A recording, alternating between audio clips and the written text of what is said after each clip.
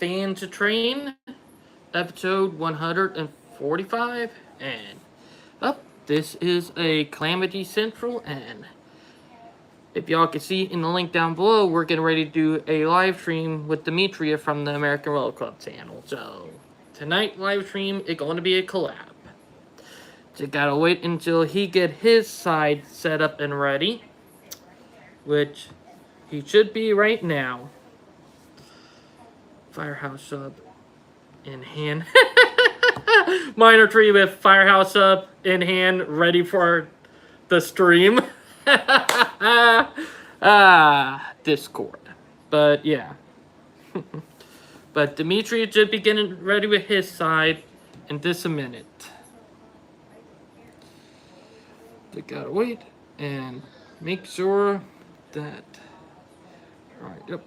Everything should be good. So on his end, so everything should be ready on his end right now. Save money and make money on Depop. Buy your favorite brand secondhand for cheaper than Sure. Oh. Dimitri, I can't hear you, bud. Uh-oh, it happening again. Oof. Oh, boy. Hold it. I can't even hear him on my end.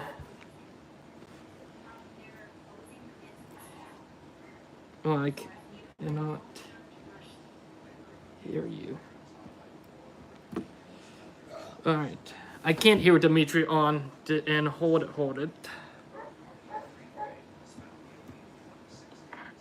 Hold on a second. Now I can't hear me on Discord. Okay. Yeah. Yeah, I can't hear him. Oh boy.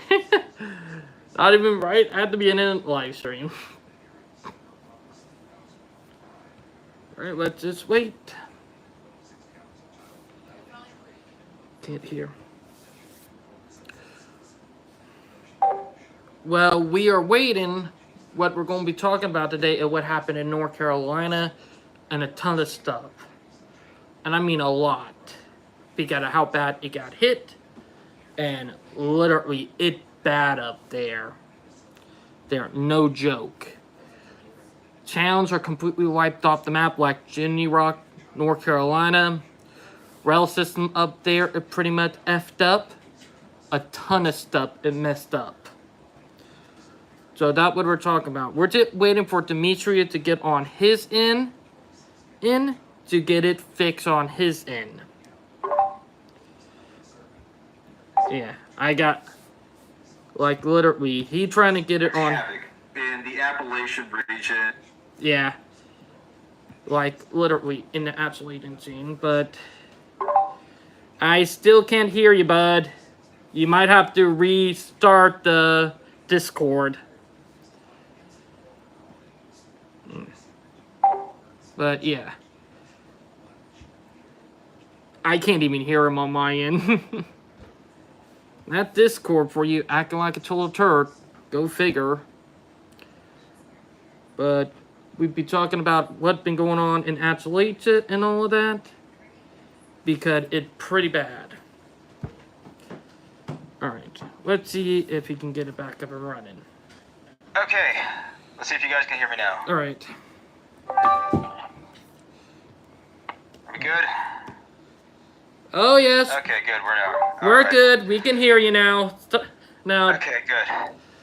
Okay, so back to this. I mean, yeah, this is just showing how the devastation from Hurricane Helene has already wrecked just how bad the infrastructure and supply chain is here in the United States. I mean, look at this. Just roads completely washed out. Whole entire communities washed away.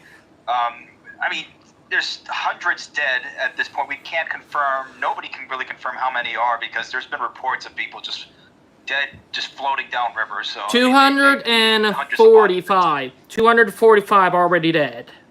245 confirmed. Yeah. Yep. And there's still hundreds missing. So this is just terrible. Oh. It bad, and here, team. Crooked companies are already starting to come in and try to buy up land up there already. They're trying to. Oh yeah, we'll be talking about that as well of the response to this, and this is just, again, this is telling us everything that we need to know about our federal government right now. For everything we've been talking about is like we need to fix our infrastructure, we need to fix the adaptability that our country is when it comes to responding to these sorts of disasters, and just everyday sorts of things. Because the government can't even handle that in fixing our roads, bridges, tunnels, railroads, anything that needs to be fixed. They can't even handle that. So when disaster comes and strikes, people die. Oh, yeah, And no. just look at the difference of this that I'll be playing over here. But I mean, yeah, David, I don't know if you're seeing this on the screen. I mean, look at this, like just complete devastation, just entire towns, like before and after, satellite images, just Oh, yeah. whole town washed away. Tidney Rock, it completely wiped off the map. Like the town of Tidney Rock, North Carolina, completely wiped off the map. It's bad. Yeah, I got a couple stuff on Sidney Rock and what's going on there, of what's potentially behind the just leaving the devastation there, and why there's not really any help going on over there. It's pretty bad. Now, I do. It's iffy what can be had, like between FEMA's just either unwillingness to help or just it doesn't matter whether it's blatantly obvious whether they don't want to help and are doing this on purpose, or they're just so stupid that they can't help. Either way, it's bad, and that's a problem. Either if they're evil or stupid, it doesn't matter. I mean, people are not getting help for any reason. I think they're doing it on purpose because about 3 months ago, they found a massive lithium deposit up in the brewage that would last about 200 years if it were mined. Like, Yeah. so that's probably one of the reasons why they're not helping. They're probably letting the people die off, which, if that's the case, then that's evil, you know? Oh yeah, we're definitely going to be talking about that, because I got that synced up here. I got a couple tabs talking about that too. But yeah, if that's the case, and look, this sort of stuff happened, like what happened in Maui was pretty terrible. Whether that was, again, could have been a direct energy weapon or whatever, I don't know. The result is still the same. Those people are never going back home. People are still dead, and you have these institutional investment companies buying up thousands of acres of land. Speaking of that, I need to bring something up that, you remember about 6 months ago, the last collab we did about the BRT here in Charlton that they're planning to build? Yeah, I remember that. People are already protesting against it. Plus, I found something out even that are probably even more evil what's going on here in Charleston. Is that the port right there in downtown Charleston that already got the tracks, they're trying to get rid of that to stop any future commuter rail plans for Charleston. They're trying to destroy the existing infrastructure here in Charleston to stop a future commuter rail system from downtown to downtown Somerville. So, I mean, that's just terrible, man. So, I mean, it's like the more and more I hear about this, I mean, it's just purposeful what's going on to our country. I mean, this is just being done on purpose. oh, I know. And here, Jane, what is going on? And the reason why they're trying to move the port and the railroad tracks from there is because the paper mill up inland is shut down, and the river is a deep sea river port. They're trying to move the port that is right in downtown Toronto. They're trying to move the carport right where the old paper mill is, because they're tearing the paper mill right down right now. They're tearing it down, and they're planning to turn that into a deep sea port, and they're trying to move everything that is right there, right near the Arthur Ravenel Bridge. They're trying to move all that inland. And what they're trying to do is they're literally trying to get rid of train tracks that are right there in downtown Toronto on the peninsula, because they realize if they don't want any future commuter rail plan to pop up, what do? You destroy the existing infrastructure there to get rid of it. Am I right? Yeah, and that's the thing, is that once that infrastructure is destroyed, it's going to be absolutely incredibly hard to get that back in. And here, because I mean, look, just this. I mean, even in the roads. I mean, I-40 is basically gone.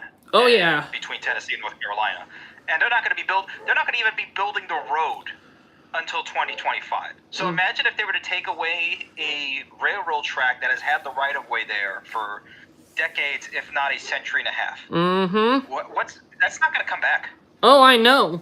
And right now, I'm trying to form a group because the only reason I know about all this stuff is because of my cousin uncle who work for CXX here in Charleston, plus a couple of friends of mine who work in this governor office with stuff, and this is how I found out because they're trying to move everything inland, and worst part yet is they're trying to put apartment and condos right in that area because they realize if they could put condos and apartment right there, you're going to have people saying, not in my backyard, aka NIMBYs, trying to deny something that will help infrastructure.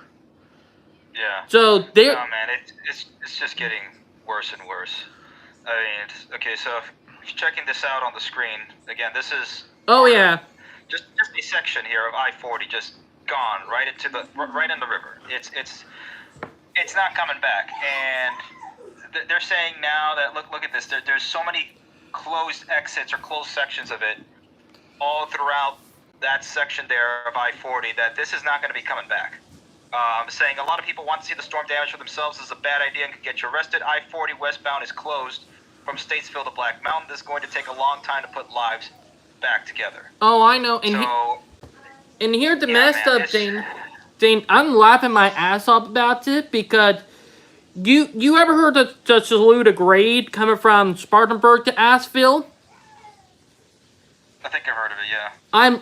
Even though it was one of the steepest mainline grades here in the U.S. and when it was abandoned in 2001, I'm laughing my ass off because that line could have been very important right now to get supplies in. And let's be honest, you could get more in by train than you can by truck and car.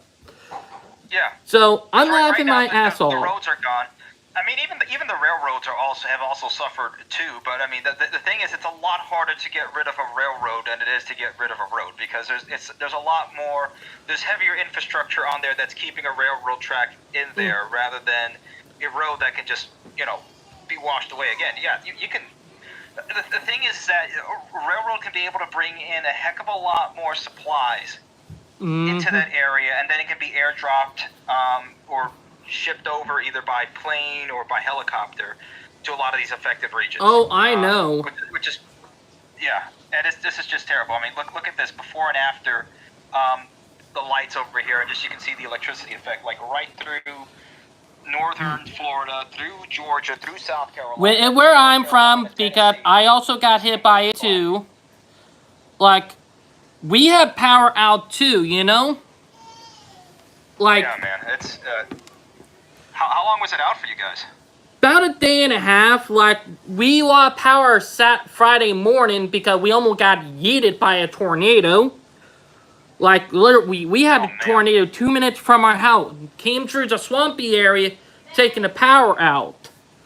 Like, we nearly got messed up from it. It took the power out, but that all did, so we were lucky. But, Jane, we were out of power until Saturday afternoon around 2 p.m., like 2:30 p.m., and when we got our power back. Yeah, thank God you're doing good, man. Oh, I know. I mean, and I've been through very much my fair share of hurricanes, being South Florida native. So. Oh, same with me. Trust me, man. It's terrible when you're not prepared, or when your own government is not prepared, or just doesn't care to help you, and you're basically left to fend for yourselves, which is what people are doing now over here. I mean, in fact, heck, they're using donkeys. I seen the video. Equipment. Yeah. So yeah, there's a couple of videos over here. I mean, heck, we're back to going to horses and donkeys. So I may need to change out my hat over here. There we go. And you know what crazy? We did had a strike at our port a couple days ago, only lasted 2 days, but it caused people to go crazy. Yeah, we'll be talking about the port strike in a little bit over here, because this could have been even worse. I mean, talk about bad timing. So, long story short, the ILA, or the International Longshoremen Association, already had it in their contract that in 6 years they were going to redo the contract. That 6-year timing just happened to coincide with October 1st, 2024. Yep. With everything else going on at the same time. So, of course, it was bad timing, and of course it was just bad optics on their end which was probably the main reason why they postponed it until later on. But we'll be going back into that because right now, supply chain, infrastructure, logistics has been the number one biggest problem in this country for a long time, but especially since 2020 is when the whole house of cards just came down. Oh, I know. We're going back to the 1870s over here with horse and mules. I read that 1820s, actually. 1820s. Yeah. Trains started popping crazy around the 1830 all the way through the 1890s, like from that period. Oh, yeah. But, I'm just any dates, because, I mean, you just still had, trails and stuff, and people taking stuff like the Chisholm Trail and places like that, like in rural Texas, Oklahoma. I mean, still, this is just crazy, but, so people are doing some good things, and it's, again, coming from citizens of the United States, not necessarily the government. It's coming from you, the people, we, the people, that are going down there to help them. So there's a great organization called Operation Airdrop, which I've been pushing. And I don't want any super chats, guys. Just if you can, go to the link and donate, even if it's just $1, $2. I know we're all tight. Where everybody is tight. Oh, I know. It's just better that dollar or $10 goes to them rather than it goes to taxes or something like that. Oh, tell me about it. Will be blown up somewhere. So, I mean, look at this. There you go. This is what we can do as a country. Mm-hmm. When push comes to shove, we can get things done. Okay? And of course, there's local governments that are helping out, whether it's fire rescue, some of the county sheriffs, and things like that. That's absolutely good. Again, we just need to bring back government to being beholden to the people rather than being against it. Mm-hmm, exactly. But also, I'm really concerned about the rail system up in North Carolina. You're going to have trucking company and crooked people who hate trains going to try to screw the railroads over up there now that this happened. Yeah, I mean, the whole infrastructure is just getting messed up. I mean, it's not just trains. I mean, even the truckers are also getting messed up. I think at this point, nobody's going to try to mess with the infrastructure as much right now. But, I mean, there's been reports, and it's been happening, of tires getting slashed, of truckers taking stuff over to North Carolina for relief. So that's been happening too. So it might be crazy, but I think FEMA the one who is slashing tires on trucks, because I found out from a couple of people that they've been taking food and supplies from volunteer from other state and using it for their own stuff. So yeah. So I think FEMA have something a little bit behind this, because trust me, you can't trust FEMA. Oh yeah, no, absolutely not. They're evil. Okay, and I've had my fair share with FEMA too. All they'll do, and I remember this in one of the hurricanes. I think it was Wilma, back in 2005. They basically just set up a little thing in some high school gym, and just had like little pre-made packets of stuff, but they didn't do anything. They weren't out there on the streets helping anybody or looking for anything. They just, did the bare minimum, even below the bare minimum, and just went off. So again, guys, Operation Airdrop, the website's in there. They're right now transitioning to helping more in the ground efforts, and they're still getting stuff over through air where there isn't any access either by road, by railroad, or anything right now. So if you want to help the supply chain, you want to help the infrastructure right now in America, this is one way that you can do it. So just head on over there. I don't want any super chats for at least a good while. Whatever you have, just, and again, $5. Just see if you can just donate them if you can. Yeah, I agree with you, bud, because heck, I just lost my dog about a week ago. Last Sunday he died, so that's a little rough. Oh man, my condolences. Yeah, it just sucks when dogs die, man. It really does. Well, he was 15 years old. It was eventually going to happen. Yeah, but I know. I'm looking at Hans every other so often. I'm like, it's at any day now. I mean, he's going on 15, 16 years old. So yeah, kicker is I raised him since birth. It's even harder when you raise that dog since they were born, you know? I know. You got to look at it this way. You were there for their entire life. Oh, They yeah. may have been for a part of our lives, but you're there for his whole life. Mm-hmm.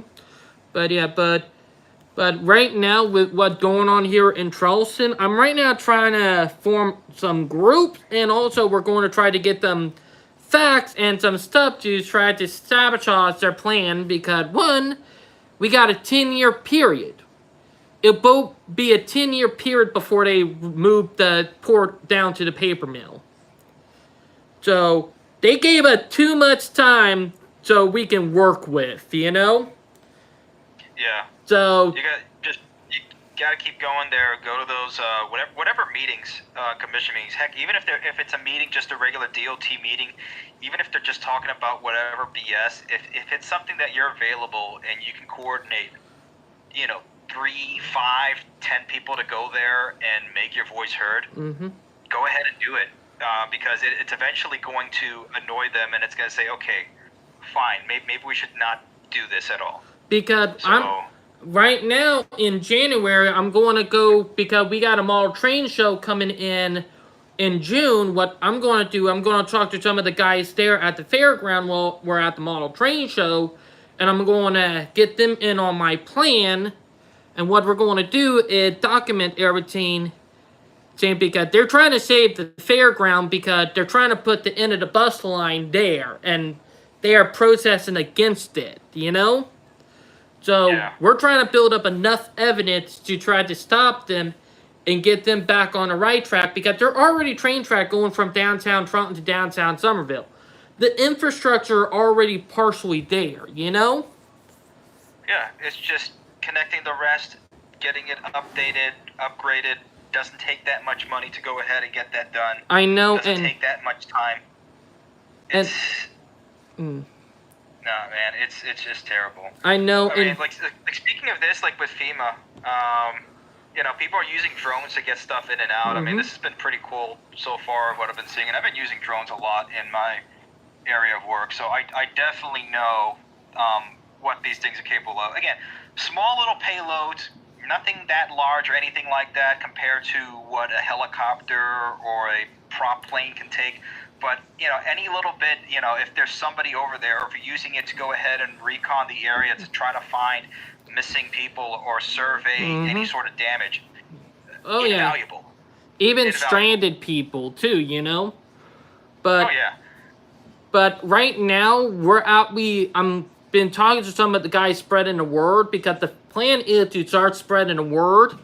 Once we get enough people to know, we're going to go on to phase 2 with making groups and stuff on Facebook, Discords and stuff, and we're going to try to build it up to the point where we're going to have to make them no choice but to cancel the BRT and go with the light rail or commuter rail instead.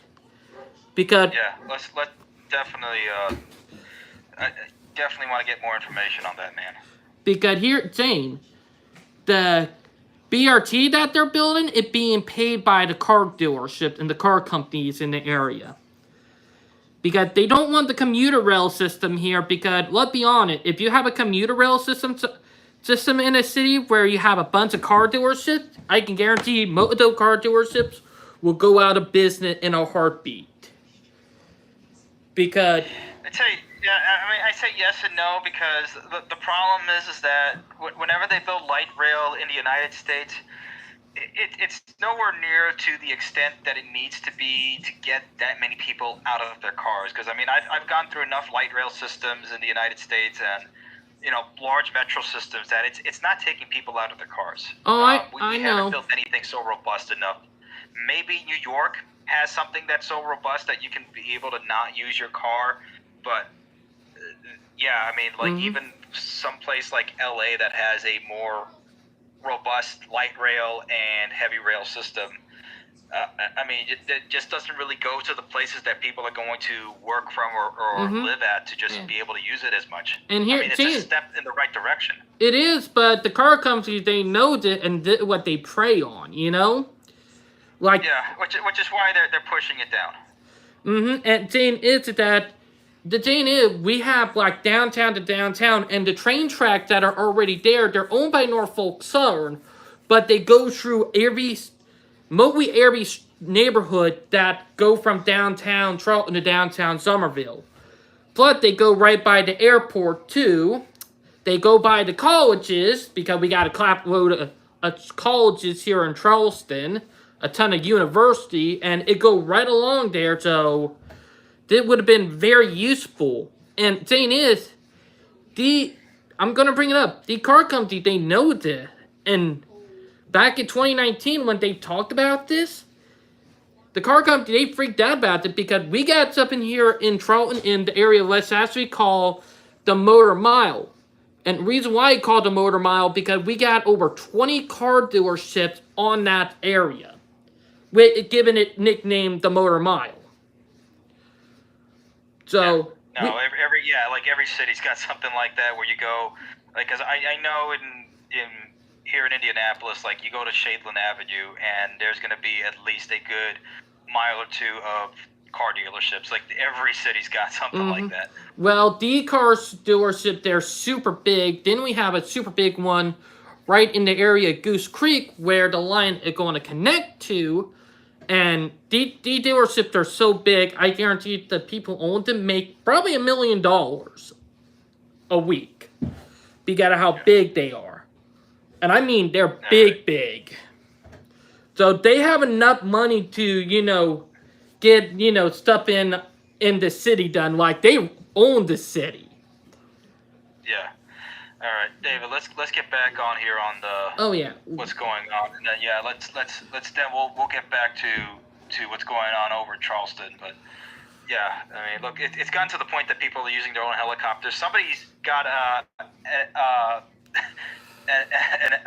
Mi-8, an old Soviet Mi-8 that they privately own that's getting in supplies over there. I mean, that's just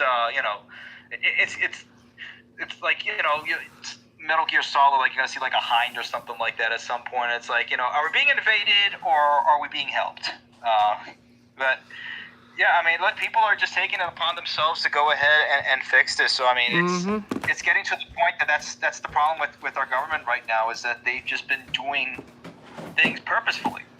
That's the problem. We'll get to that. It's just a little purposefully that they're allowing this to happen, and they're making it worse on purpose, which it almost got a lot worse because of this longshoreman strike, which was happening and then didn't happen. So the whole main point of this was that a lot of them didn't feel that they were getting paid, and which, again, granted, none of us are getting paid to the extent that we should be in terms of what happened with inflation in this country. But they're also very much against the automation that's been going on in the ports. And yeah, for sure, the contracts that they've done with these companies has been pretty unfair because they've gone ahead and signed contracts to curb automation. The companies running the ports went ahead and did it anyway, and they've automated a good portion of the ports.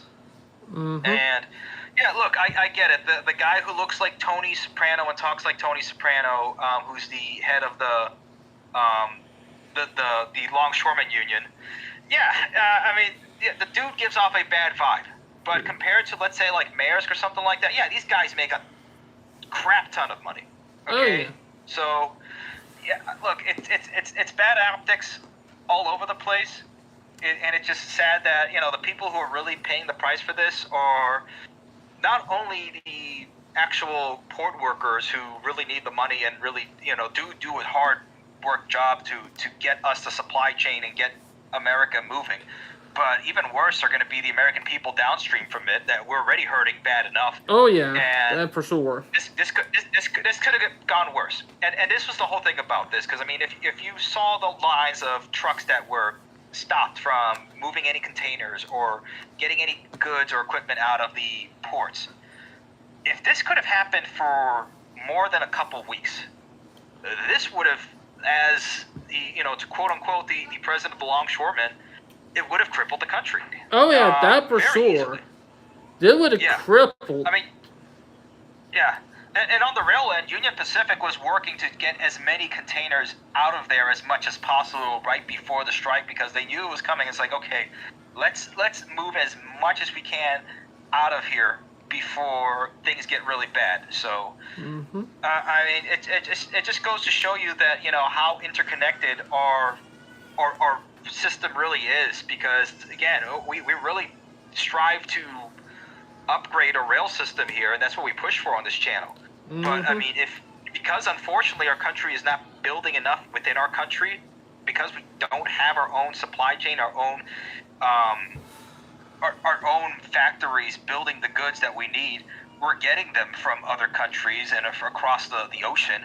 So they have to stop at a port at some point, and then from there they'll go on to a truck or a train. But I mean, we could have skipped all that entirely if we had our own built-up infrastructure and our own built-up factories and supply chain here in this country. And we did.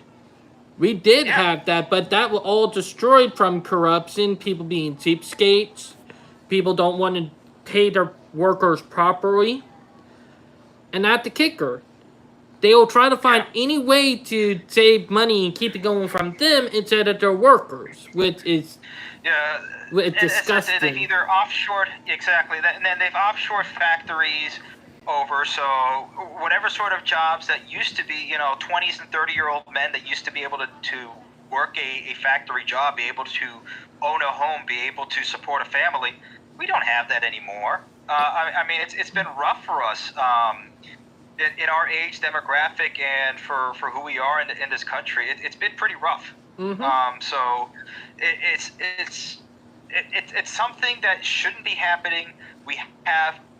We're more than capable to be able to create our own factories, create our own products, create our own jobs over here, but companies have been able to lobby to offshore these for decades. I mean, the last time a longshoreman port strike happened was in the 70s, and it didn't really affect much of the economy. It didn't really make a blip. Why? Because most of our products were still coming from within our own nation.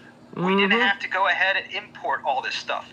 It wasn't until mostly stuff that was exported. It's like, okay, well, too bad for them. We still have our own economy that we don't have to import.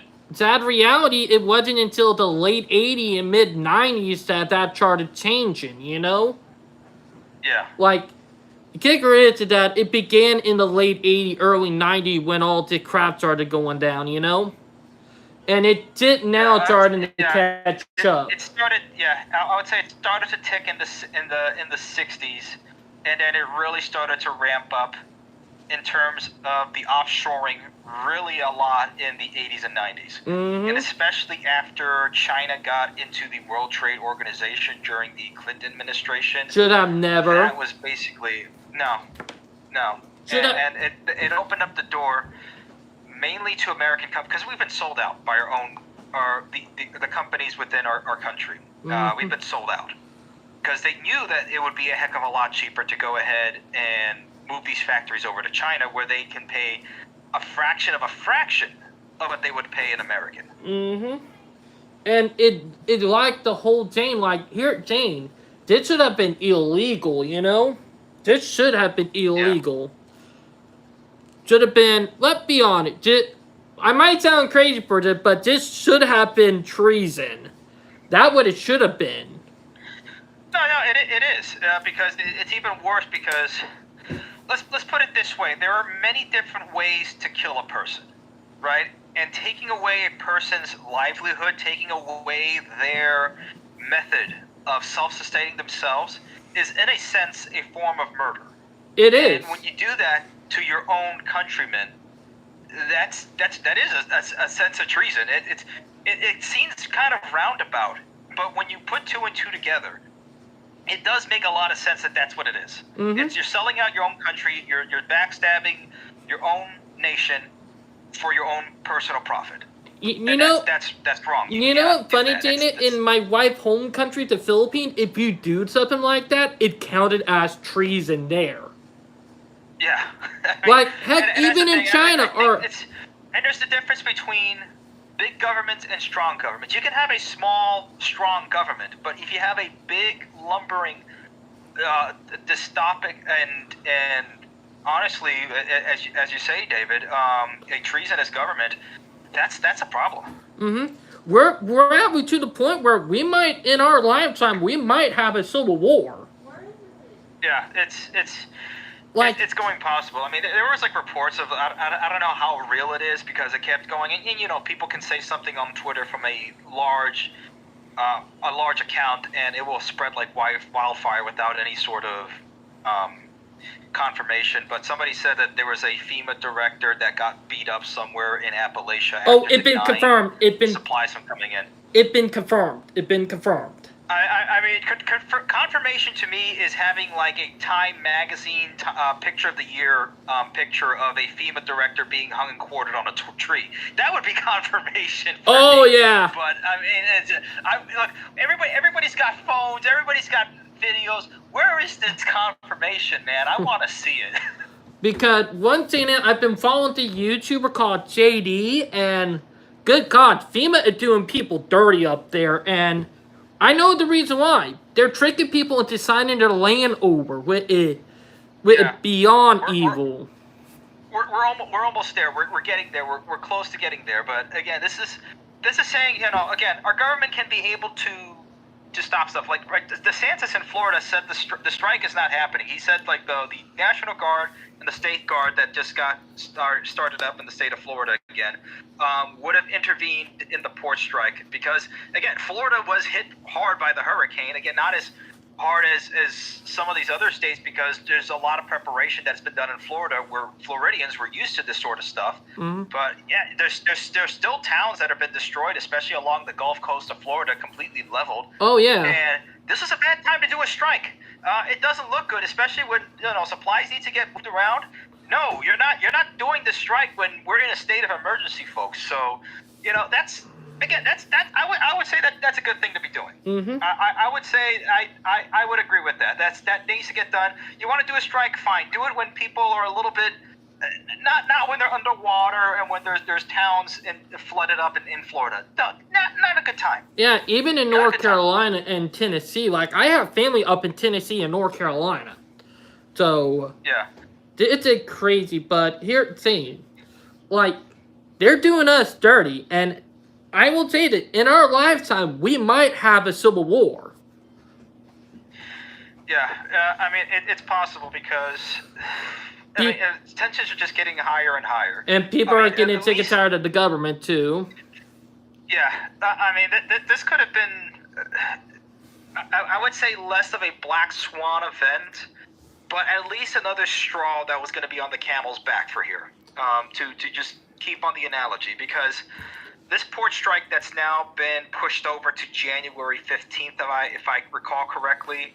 I mean, you had 45,000 people, 36 ports, 14 major marine hubs all over the East Coast and the Gulf Coast. Mm-hmm. I mean, that would have, again, 2 or 3 weeks. I mean, people were already freaking out. I mean, we started seeing toilet paper, again, going like if it was COVID all over again. Oh, people I know. Taking as many pallets of toilet paper as they could out of Costco or anywhere else, or people were filling up gas cans in their cars because they didn't know where this was going. Oh, I know. It's already bad enough with inflation. Like we said last stream, okay? I can't afford food or rent. That's the whole thing of this election right now. People can't afford stuff.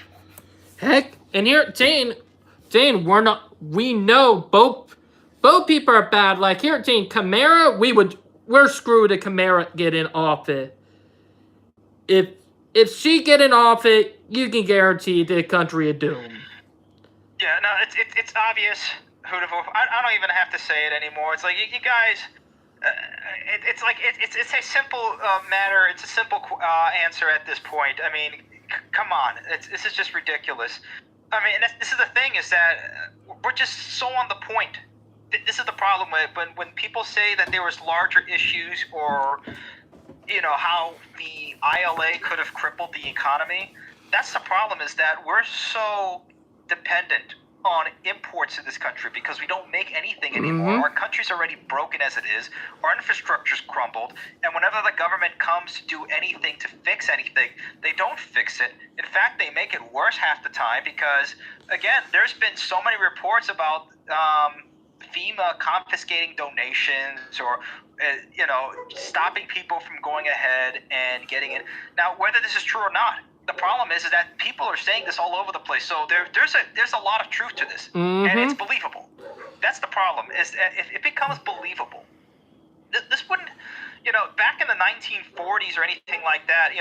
sure, there were false flags and there were stuff like that, but I guarantee you, most people back in December 7th, 1941, would not have thought that the United States government would have caused Pearl Harbor. Now, there's a lot of truth, and with enough information now, we know that the government basically allowed it. But it would have been absolutely out of people's minds. I mean, even back during the time of 9/11, it would have been out of people's minds that the government would have caused 9/11. Now, I'm not going to go into that because there's plenty of information on that. But if you were to say that the government caused harm to its own people now, that the U.S. government would do that, most people believe it. And that's the problem, is that the Overton window has changed to such a degree that people will readily believe, and it is absolutely viable, that the government can and would hurt and sabotage its own people and its own nation's infrastructure purposefully. That's the problem. Oh, Okay, yeah. so whether it's real or not, or whether FEMA, let me see if I can find this video of all these. Look, I don't know if you guys remember that one video where all these networks, all these TV networks were saying, you know, this is a danger to our democracy, and they were all saying it lockstep. This was like back in 2017. Oh, I remember that. All these NPC news anchors just saying the same thing over and over again. Same thing now with all these other organizations. They're now saying viral posts claiming FEMA is running out of funds to help hurricane survivors because it spent the money to house undocumented migrants are false. And it's every single third party and local newscasters saying the same exact thing. This is just nuts. This is happening. This is that again. You know, FEMA can say whatever it is. We're not believing it. Nobody's believing it. We're all seeing it, and we see the results is that people are hurting and people are not getting in. I mean, if you have Elon Musk is saying, because he can't even get his Starlink systems in there. They're actively blocking shipments, seizing goods and services locally, and locking them away to state that they are their own. And look, you can think whatever you want of Elon Musk, but he's done a lot of good stuff too. I know. In terms of trying to bring back American infrastructure and our own space program back over here. He's done a lot of stuff. Look, I had my things with Elon Musk, but I would see him more as at least the stuff that he's doing is not trying to kill me. Put it this way, Elon Musk doesn't want to kill me.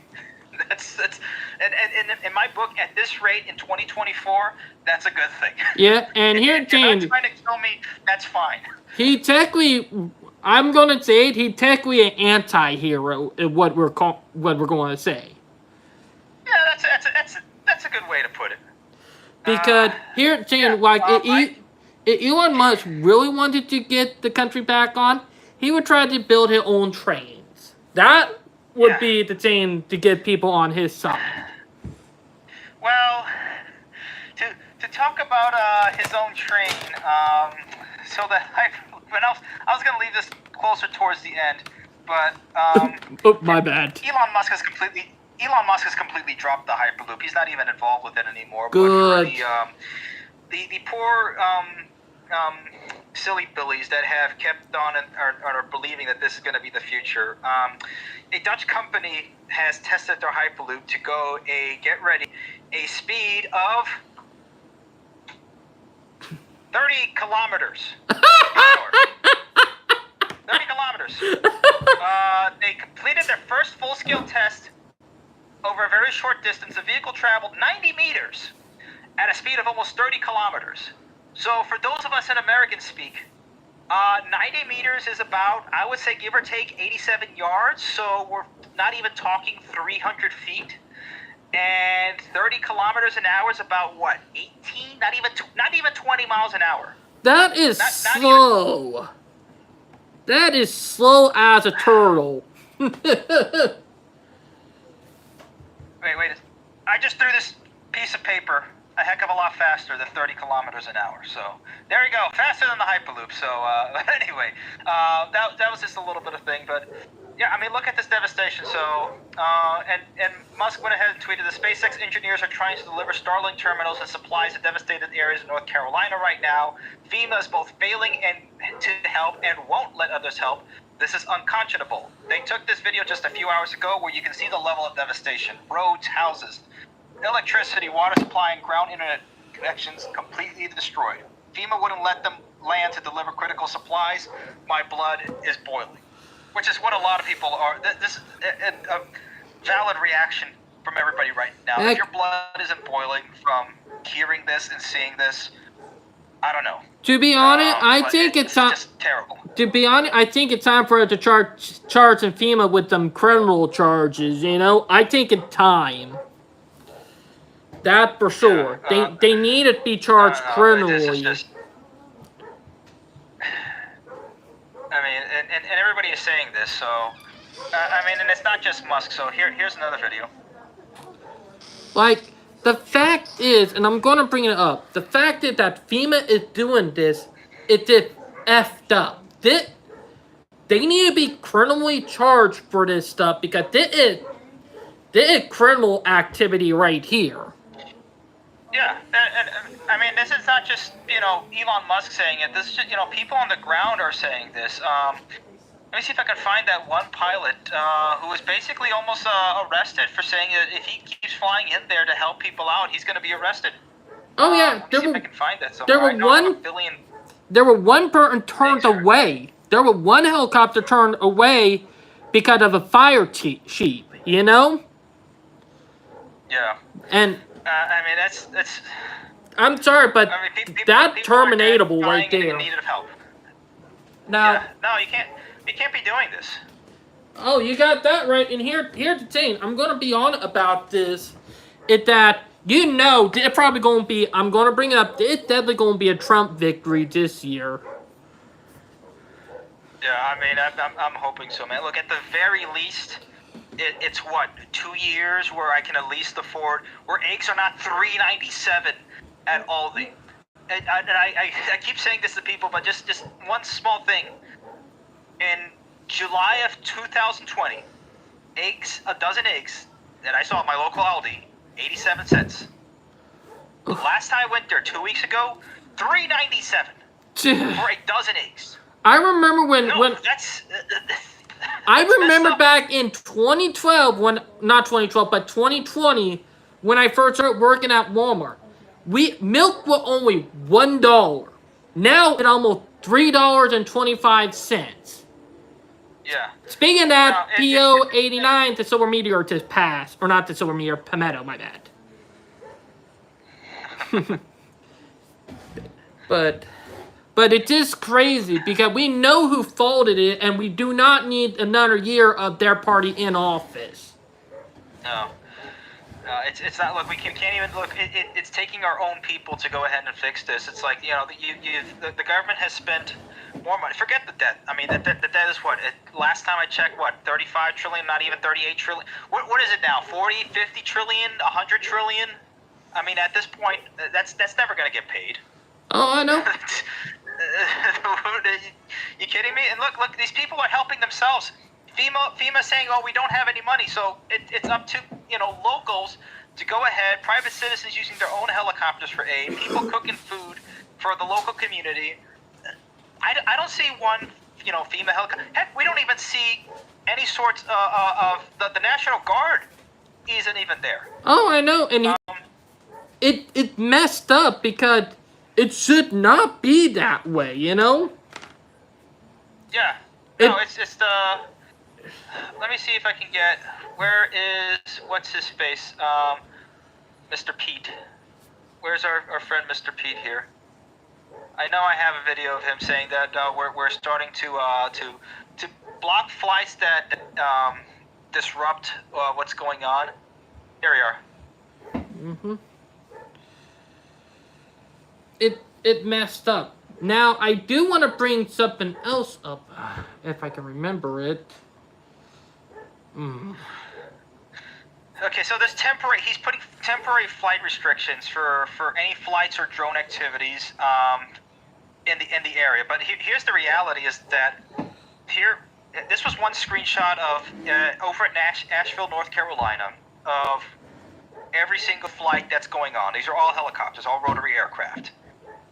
This is all the aircraft. Here's the only federal or military aircraft. 3. 1, 2, 3. Out of several dozen aircraft. We have the largest, most advanced military in the world. Where is our own military on our own soil? Where? Just three measly helicopters you send versus the hundreds that are not even whatever the dozen that are out there. I mean, granted, yeah, we're talking about double rotary or Iroquois or what, but you know which helicopter I'm talking about, the one that's to my brain's blanking out right now, but again, yeah, can they carry more? Yes, so there should be more of them.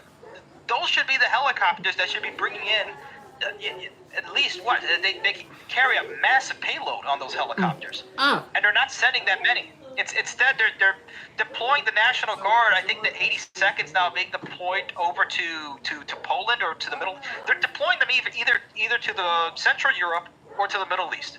Yep. For the two countries that are at war that we've given millions of dollars for. That's the problem. I mean, it's just nuts, man. Our own country that needs help. We need to be building our own infrastructure over here, and the government has basically done everything that they can to do this. Now, to David, to what you were talking about, the supposed lithium mining. So this is a quick video, 1:34 seconds. This is one. You can state theory as to why they're not really helping anybody over here in this part of the country. Like, they found massive lithium deposits, that for sure. Yeah. So, and one of the other things that they were, there was a lot of public disagreement in the area against this sort of mining because it was going to mess up the community. Now, granted, we should be mining here in this country. There's a way to do it, but the problem is that they were basically wanting to wipe out the entire town in order to set up this mine. And they basically got what they wanted to the point that, oh, look, we can go ahead and, tell people to leave their homes. Let me see if I can find that. Waynesville, North Carolina, small business owners who lost everything received these notices from the government yesterday. The notice says they can't start repairs without purchasing permits and getting assessments from the government. So they're getting stuff like this to make it as difficult as possible to get back to their home. Basically inserting any form of red tape possible to make it to the point that people are not going to go back to their homes and say, you know what, I'm not going to do this. I'm already in debt. I can't go ahead and get any of these permits. I'm leaving. I'm gone. And did it dirty right here. Did to be criminal charges right here. Yeah. Like. So again, what you were saying, yeah, what was going on in Chimney Rock? It's a possibility. Yeah. Again. Ghana completely wiped off the map. That's the problem. It's believable. And kicker is, Chimney Rock is a tourist town. Massive tourism. And it's not even an hour from Asheville. And they're doing this stuff. Beyond disgusting, But here, Jane... It's terrible. But here, Jane, I was going to bring up. There are some people in our transit community that we might need to deal with because they're support with who that they want for president. Well, I hate to break it to them that she does not support transit. And she's not. Honestly, I'd rather the corpse that's in office right now, if he's even still there, over her, because at least look, I kind of feel sorry for him because at this point it's like he's so done and out of it. It's obvious. I mean, we've been saying it for years, and it only took until the debate for people to start freaking out who hasn't seen our current president in charge right now, to see him so out of whack that there's no way that he can run it. But I'll give him credit that or at least he says that he's a friendly over to rail transit and transit in particular. But I mean, there hasn't been that much movement compared to the previous 4 years in terms of transit. Honestly, I would dare to say that there was a heck of a lot more forward movement, between 2016 and 2020 than there has been between 2020 and 2024. I'd rather go back to that. I want more movement, not less. And here's the crazy thing. People, when you remember when we debated about why I always called people out who complain about California high-speed rail but never complain about Interstate 69?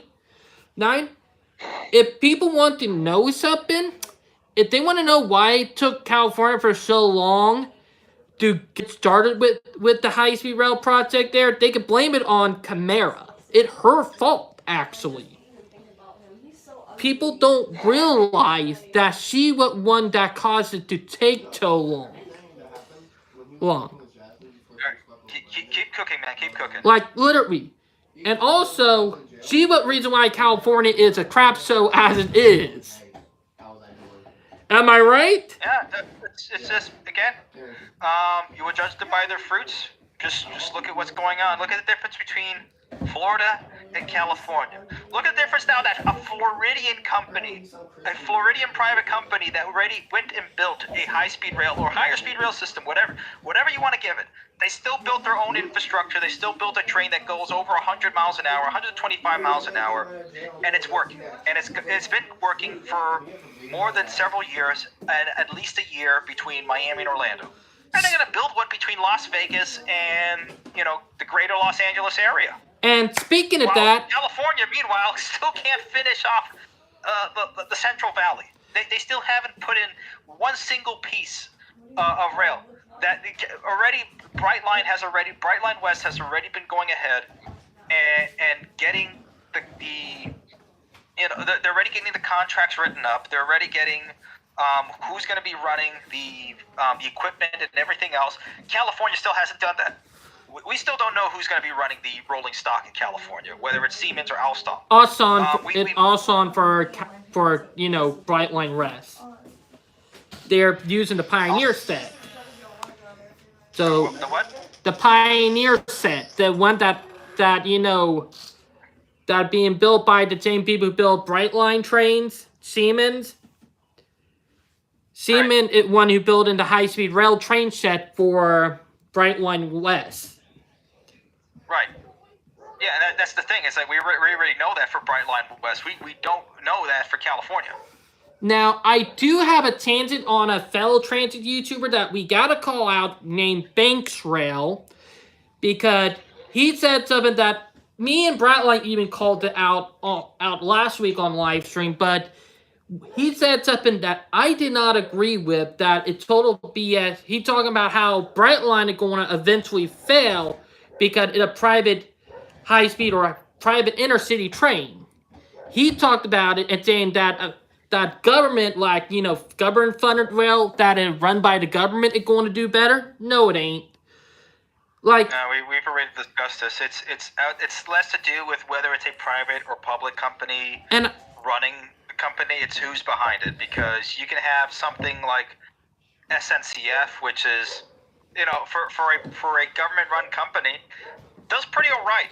They do make a profit. Even Amtrak in some areas can make a profit, but outside of the Northeast Corridor, no, they're pretty bad. And even the Northeast Corridor themselves, they're not anywhere near a world-class train operation. Let's put it that way. They're you can't compare them to the French, the Germans, the Japanese. Heck, I would say they're even below Britain in terms of operating a passenger rail system. Oh, but that's the true. Problem. It's not the tool themselves, but the person behind the tool. But granted, there are better tools, but Amtrak, not really the best. But let me bring it up about Banks Rail. He literally said that the predecessor of Brightline for the East Coast, he talked about how they used to do run passenger trains and used to have land by their rail line that they sold. He said that Brightline doing the same thing and it's going to fail. No, it won't. Reason why, and I'm going to bring it up, the reason why Patna Rail and Dig Country failed was because of our government. Am I right? it was the government's fault for allowing the FRA, or not the FRA, but the Interstate Commerce Commission from regulating the rail line to hell and back. It was also their fault for taking money. So the thing was that the railroads were allowed to go ahead and exist during the building of the West. They were able to go ahead and buy up massive amounts of national land because the government allowed them to. So if you allow private corporations to go ahead and do something that's going to be ultimately good for the nation, yes, that's where government can go ahead and actually lend a hand. Which is what happened in Florida. Again, it's the government allowing a private corporation that has the will and the power to do what's necessary to be able to help move the state forward and the people forward. If they can allow them to do that, yes, that's good. And that's why Brightline is more or less a success story. Because you have a private company that has the means and the efforts and the infrastructure available, and a government that is supportive of it. That's what you need. And the thing is, with Banksrail, he got it in his mind saying, oh, it's not going to work having a private company own a partner rail and sell land on the side. In his head, that he thinks the government, if Brightline failed, is going to bring Amtrak in and run it. Like, I don't know. No, that's and that's not happening in Florida. He fell YouTuber. You know who I'm talking about, don't you? Banksrail. I kind of do, but I here's the thing, David. I don't want to get too much into YouTube drama until a little bit later. I'm trying to get back into the game now, and then I'll be getting into the drama. Oh, I know. Let's put it that way. I know, but I got a good point right there, don't I? Yeah. Oh yeah, but let's put it this way: if you need somebody in your corner, yeah, I'm in your corner, man. I agree with you, but you throw the punches in for this one. Oh, I will. I'll join you later. I'm thinking about making a video, calling his video out and criticizing some of the stuff he got wrong. Because go ahead, do it, yeah. Because I might think about doing that. Because. Yeah. Guy need to be called out. He think government is good. Plus, he a supporter of Camara, which I'm sorry. Yeah. I hate to say it. Anybody in the transit community who support her is an idiot. They're an idiot. They don't know what they are getting into. Now, let's talk about somebody that does really need to be called out, because this is what really angers me a lot in this country, and it should anger anybody who watches this. This is literally in the same clip. This is not a joke. Here is Senator Lindsey Graham, a U.S. Senator for the United States of America, okay, for South Carolina, immediately after a hurricane where South Carolinians got destroyed and hurt here as well. This is what he says. My senator, for freak's sakes. Yeah. It's crazy, ain't it? Look what's going on in Israel. This is what he literally said that. Wait, one more time.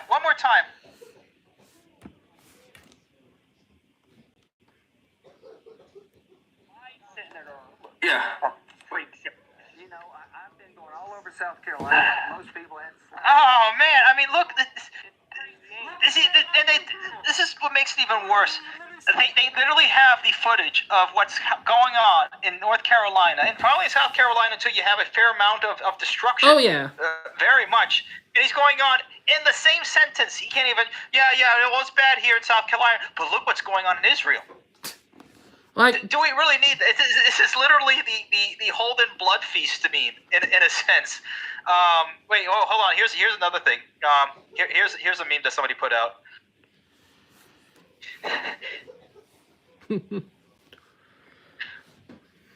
Like, it takes. What? I mean, this is what I'm talking about, David, and this is what we all know about. It's like our money's not even going to us. We're paying basically taxpayer money to not help American, not even the government. It's not even our government that it's going to. It's going to another foreign government. Oh, I know. So this, it's either the guy that wants more missiles, or the other guy that wants more missiles. It's some foreigner wearing Ranger green, some foreigner midget coming over to ask for taxpayer money to go ahead and fund his war. Dude, there's people that my countrymen, there are neighbors that are being flooded that can't even get help, and you want missiles? Mm-hmm. We can't even build a freaking for the amount of money that we spent. And let me see if we can find. Let me see if there's a. I know there's a tweet here somewhere. Here we are. So far this year, the United States has given $24.4 billion to Ukraine, $11.3 billion to Israel, nearly $2 billion to Ethiopia, $1.6 billion to Jordan, $1.4 billion to Egypt, $1.1 billion to Afghanistan, which we basically ran out of there with our tail between our legs, and gave them a whole bunch of free military equipment on top of that. Tell me about $1.1 billion it. to Somalia. About it. This is just nuts. With how much money we spent so far on every other country, we could have been able to build within 5 years a nationwide network of high-speed rail, passenger high-speed rail, the best in the world, easily. Yep, PO-98, the silver meteor just passed. Oh man, but dude, this is just nuts. I mean, it's infuriating. This is money that could have been helped on in saving us in building up this nation, and it's purposefully being thrown away. Oh, I know. Purposefully. And here's the funny thing is that did seem like there are high-speed rail projects that could have been happening. Heck, it's just that we got people who are so dumb and who love cars like it's a drug. It ain't even freaking funny anymore, you know? Yeah, I mean, speaking of, so that's the thing. It's like the pet project of the American government trying to push in electric cars. So funny enough, because of this hurricane, a lot of electric cars have been bricked and bursted into flames because of the salt water, especially in Florida. So I don't know if you guys have seen this, but I don't know. I think Elon should be getting to fixing that, because this is the thing why I probably won't ever own a Tesla, is because of this. So chemical reaction. I don't know if you guys have ever been to chemistry class, but if you ever throw an alkali metal like lithium or potassium in water, it will it blow is up. hilarious what happens. It will exactly. blow up. So when you have a whole bunch of cells of lithium batteries underneath, right in salt water, electrolysis plus a redox reaction, there you go. This is this is chemistry 101 right there. So yeah, I don't think we should be pushing for electric cars. We can't even get our electric system working. I mean, there's been we've all heck, I've had the electricity gone over here for a couple of hours while I was out of work after the storm passed, because they were working on some other grids that have gone down in Indiana. This is how far this hurricane has impacted, up to Ohio and Indiana. Mm-hmm. Like, it's crazy. I mean, it's just crazy. Also, we're at the point where, and I actually watched it from one of a fellow transit member, Alan Fisher. He brought up in one of his videos that our electric infrastructure is so bad and aging so bad because of boomers and NIMBYs, that we might have a new cargo type for trains. The new cargo type is electricity, like electric cargo. Ain't that something? Yeah.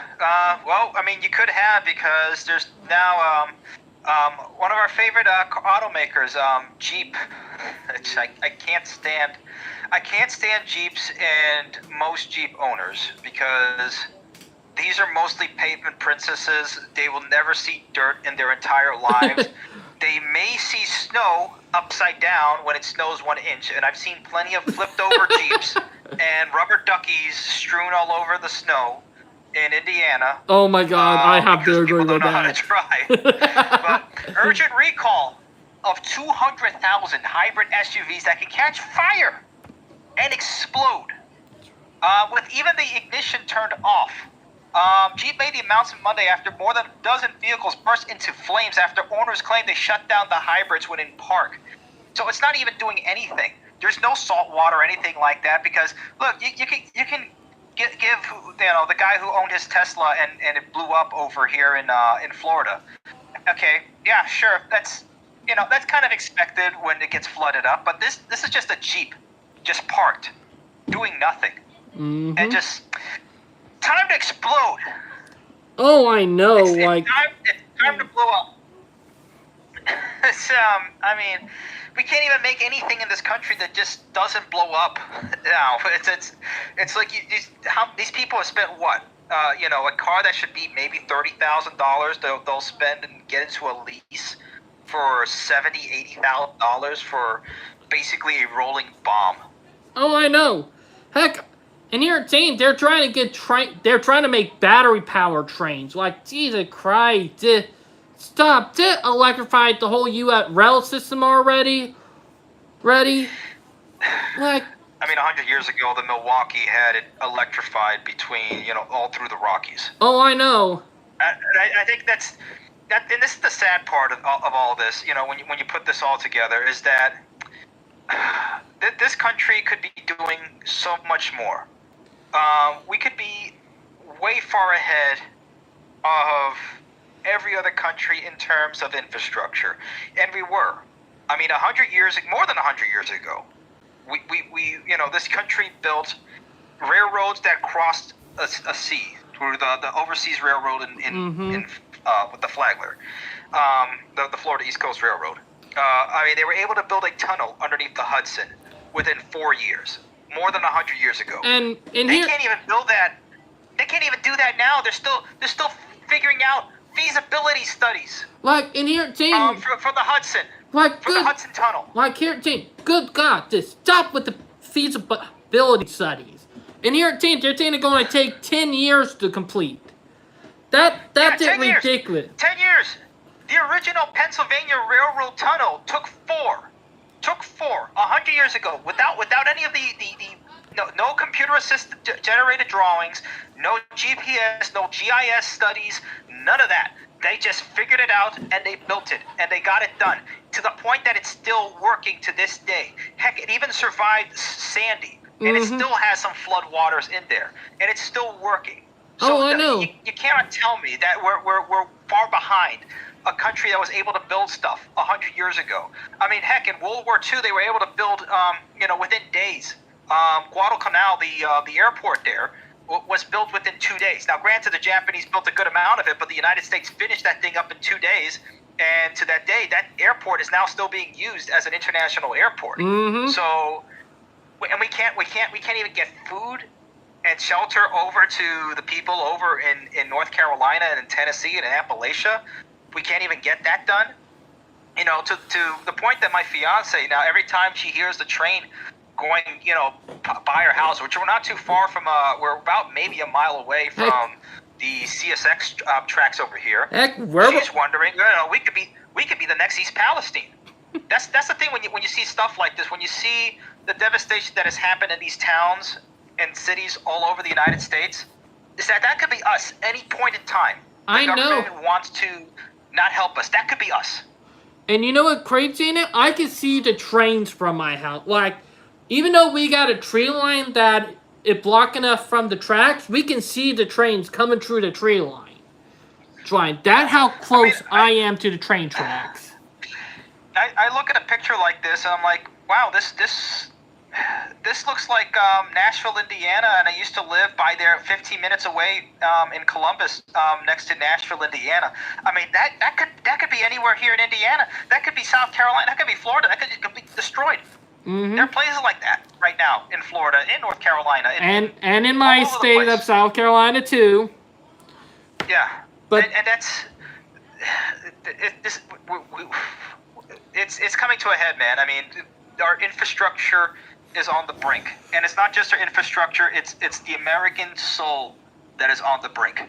Like, people are finally, because a lot of people finally are getting to the point where they have nothing to lose. And here at Team, Once people have nothing to lose, that when they start revoking and start fighting back. Yeah. And So and let's. and I would not be surprised if that start happening. You know. Yeah, man. And Let's start moving this into some happier notes and some oh yeah, that right. less away from that. Yeah, and then we'll start taking within 10 or 15 minutes we'll start taking calls from the audience. Oh yeah. But this week, David, was the 60th birthday of Oh yeah. Japan's Shinkansen. That I know, like that amazing, like see how Japan is doing it, what we should have been doing long ago. Yeah, and it's not like these, they of course have, they're prone to natural disasters, even absolutely devastating natural disasters. Mm-hmm. But there's a difference between how Japan's response is versus the United States' response to its own disasters. So I mean, it's just crazy how Japan has been able to build this. I mean, look at this. I mean, it's just incredible what they were able to build in. Actually, between 1958, so 6 years it took them, I believe. Yes. Between, if I remember correctly, between Osaka and Tokyo. Mm-hmm. And this was back in the late 1950s. You know, post-war Japan, which was devastated. Rebuilding. They didn't have that much money. They were completely bombed out half the country. Compare that to California in the 20, not even the 20 teens. We're now in the 2020s, and California still hasn't even built anything. Oh, I know. But yeah, look at what they built on top of that. I mean, we'll be celebrating 120 years of the Shinkansen, and California still won't have the Central Valley done. I would not. I'd be. That's the thing. It's believable. I think this is where the stream has come to, is that, like, yeah, that's believable. I could see that happening, and not even bat an eye. But I mean, I've been on this system, on the Shinkansen. It is absolutely as amazing as you read about it, as you see about it. It is fantastic. So this is a nice article. 60 years on, Japan's high-speed rail network still puts Britain to shame. Again, it's from the Telegraph in the UK, so they're taking it from a British perspective. I mean, yeah, even the British are upset about what's happened in this country. But yeah, it puts us to shame for sure. Oh, I know. That for sure. So I think we talked about this. Amtrak, MTA, New Jersey Transit releases doubling Trans-Hudson train capacity at New York Penn Station engineering feasibility study. Just built the darn things already. It's going to take until 2035 until they build it, and that's at the earliest. Mm-hmm. It's just ridiculous with the technology that we have access to, that we can't even do this, because the original Pennsylvania tunnels can take capacity of 24 trains. Yeah, double capacity. According to one of the Gateway's key objectives, is to double passenger train service between New York and New Jersey from 20 to 48 trains per hour or more during peak hours. So, back in the 1910s, you can do 24 trains. Mm-hmm. And we're only talking about now in 2030, yeah, maybe we'll double it, and it's going to take us 10 years to build it. So you're basically building the same thing.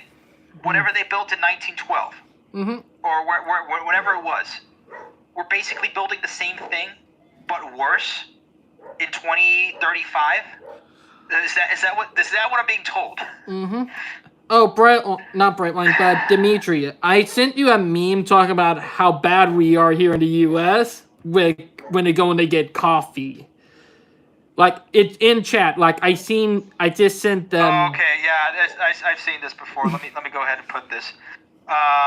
Yep, this is 30 people in the U.S. getting a coffee versus 30 people getting a coffee in France. Yeah, this is true, and I see this all the time over here, man. I mean, the Starbucks line is, especially now, it's the pumpkin spice season. So. Oh yeah. A major traffic jam could be created because several 20 to 30-year-old females are getting pumpkin spice for $7, which you could do at home. Yep. But yeah, meanwhile, and that's not to say that the French are better or anything like that. No, it's just this is a better idea than this. Mm-hmm. I don't care which country it comes from. This is better. This is silly. Oh, I know. Look at how much concrete and ugliness and disgustingness is just around here. Oh, I know, and they're still building stuff like that. It's just disgusting, you know? Yeah. But I And, will... and it's oh man. Go ahead. I will be honest. That meme hit right on a dot right there, you know? No, it's true, man. But also, it's not the U.S. that are having problem with passenger rail. In Canada, like in one of the big cities, they're trying to get rid of half of their commuter rail system. Yeah, no, Canada. If there's if there's a country that's probably worse, you can say technically first world country that's worse than the United States in terms of transit. Right Canada. now, infrastructure. Yeah, it's Canada. Because they're trying to get rid of politics. I'm not going to even get started with what's going on in Canada. So. Oh, he might be removed from office. Good luck. The funny thing is, the guy might be removed from office. They're tired of him. So, okay, let's see what happens. Hopefully, because he need to go. Yeah. Okay, let me go to what's the next article here? California, because I will be going to California in the next. In the future, let's put it this way. I'm not going to say exactly what sort of dates or whatever. I'm trying to practice OPSEC over here, but I will be going to California, particularly the Los Angeles area soon.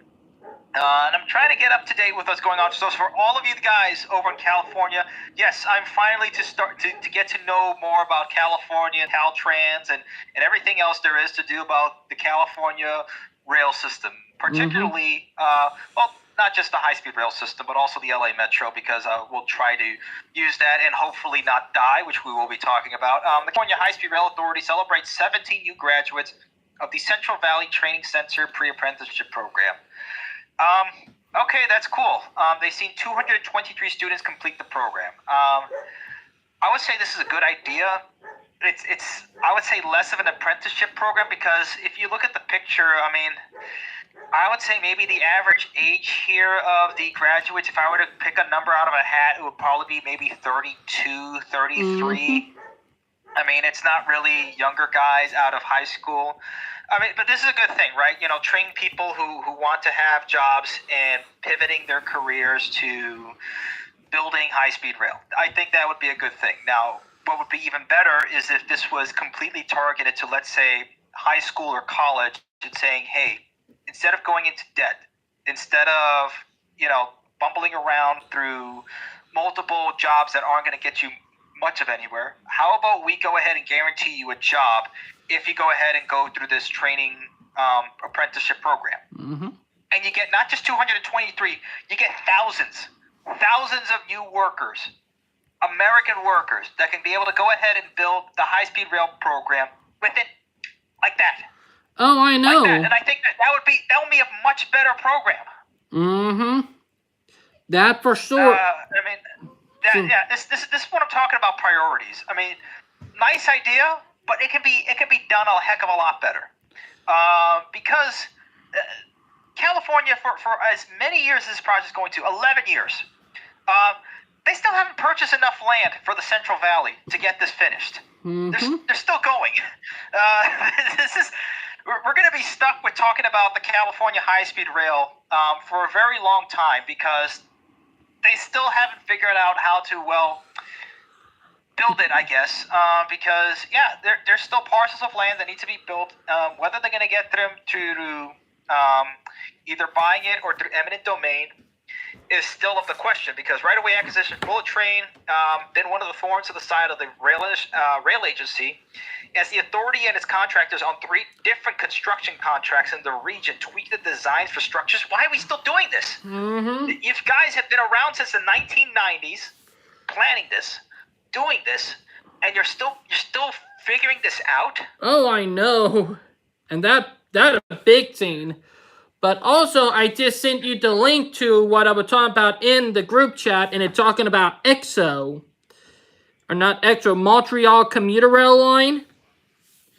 They're trying to replace their commuter rail line with buses.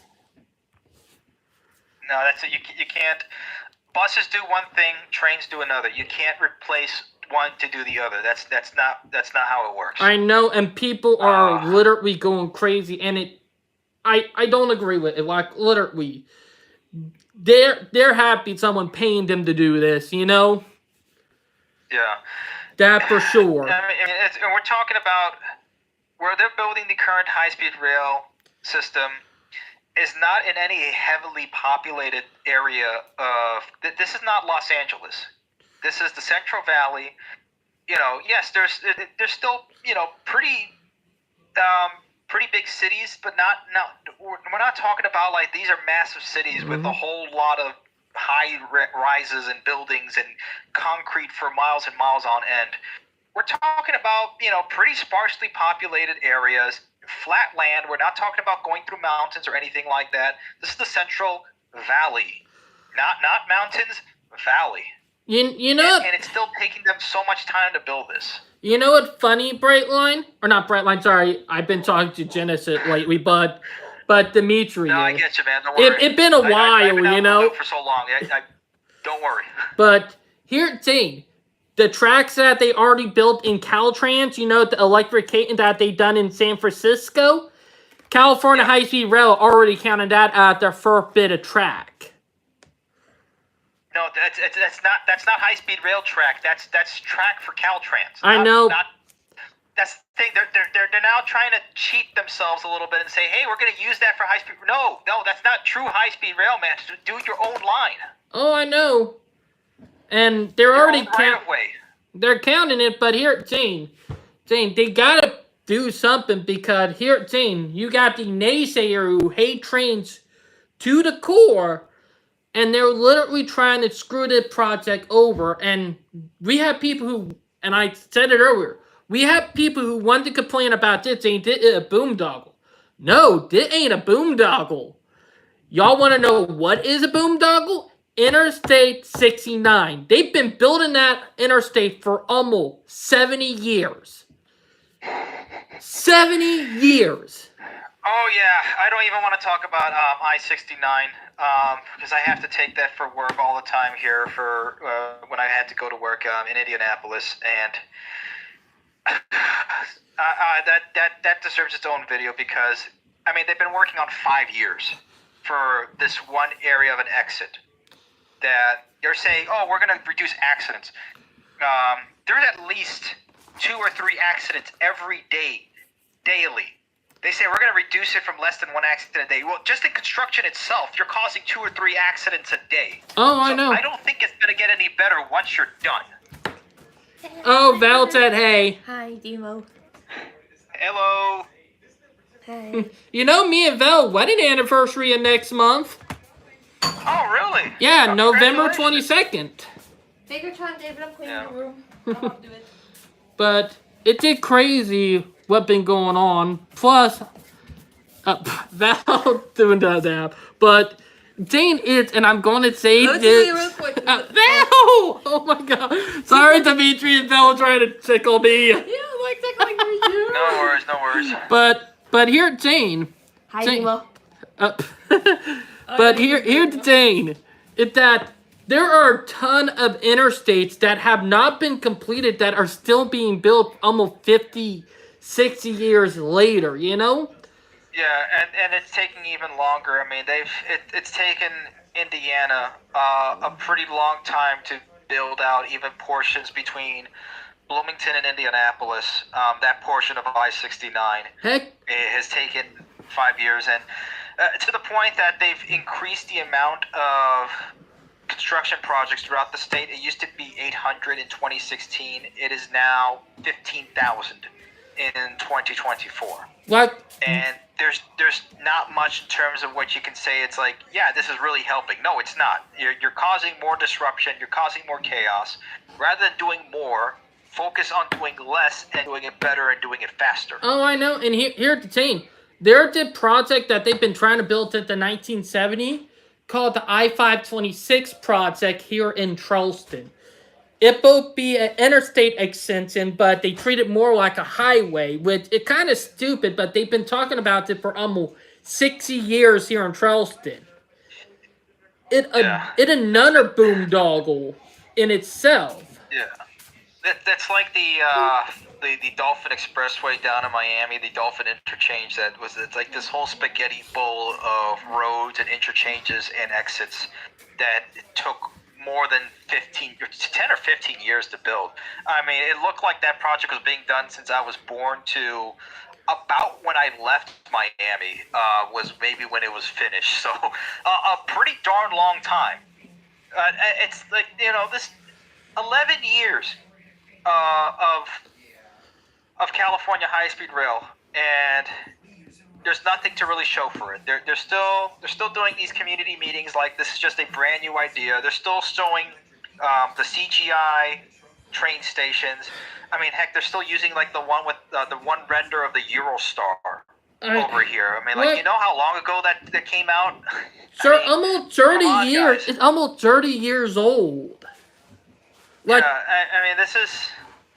Like, the Eurostar, actually, the Eurostar turned 30 this year because 1994, that thing is 30 years old this year because it was set up for the Channel Tunnel projects back in the 1990s. I mean, that's the problem. It's just there's a disconnect between what they're doing and the reality of what's actually being done, because we're not seeing results. There's a disconnect between the actual result of this project. There's not really any. Oh, tell me about it. And the problem is we want to invest in boondoggles like airports. Like, good God. Let me be on about airports. They're a disaster. Am I right? Yeah, I'm not going to even get into some of the mishaps I've had in airports as of recently, since I've been flying all over the place. So yeah, let's not open another can of worms. I'm already angry enough as it is. Let's heck, let's try to now. I remember when you did that whole video exposing American Airline. Oh, about Bob Crandall and his involvement with the Floridians against the train. Yeah, I remember that. Anti-Brightline. Yeah, I remember all that because that video have aged fine, you know? That video have definitely aged fine, you know? Oh yeah, no, and it's just gotten worse since then, because we're just seeing more of a... I mean, look what's happened in Texas. What happened to that? There's just so many companies and so many interests that are against the building of any sort of robust passenger rail infrastructure within the country. But at least in Texas, it's starting to come back. There's some sort of revival of the Texas Central Railway project. Oh, I know. That's been brought... is teaming up with Texas Central. Yeah. That ain't been brought back from the death. I can officially say it, but it up live support now. It back live. I would say this: it's standing up, but let's see if it can start walking and start getting moving forward, because it looks like it's about to get going. That's the good thing. That is a good thing. Again, my only concern is that it's through Amtrak, and that may not go anywhere, depending on how much support it can get. All right. The Texas Department of Transportation is a key partner, so maybe not. I don't know. If this could turn into a more of what they were initially talking about as a private-public partnership, there's a good possibility that we can finally start seeing some movement of Texas Central Railway becoming a thing. And here's the other thing. That other video you made, what actually happened to American Passenger Rail, the one that is 13 minutes long, that video aged very well. Even though that video is 7 years old, it's aged very well because of what it says, you know? Yeah. You do got to make an updated video of that, bud, you know?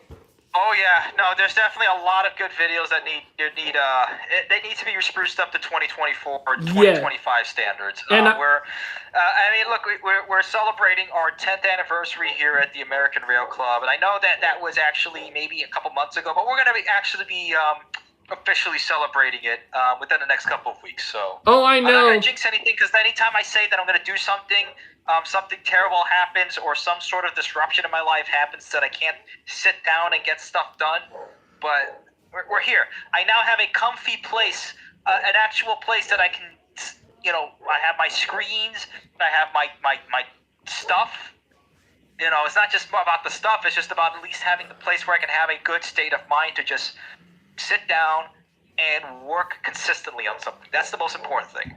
Now, I am going to start supplying you really soon with some of the train videos I have. So I'm going to start supplying some of the videos from my YouTube channel for you. So you can have some extra stuff for, the background.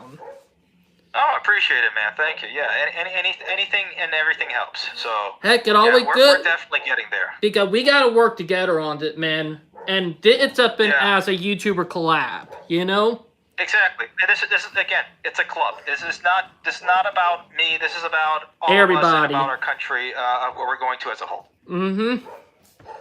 And it's up and I highly agree with. Yeah. So one last thing before I go into a whole LA sort of thing is, and I talked about this the last time, is that what are we building all these projects for if we don't have a working economy? That is the biggest question that's been on everybody's mind for the last year. It's like, great, this is nice. I can't afford food. Great, that's nice. I can't afford rent or to go anywhere.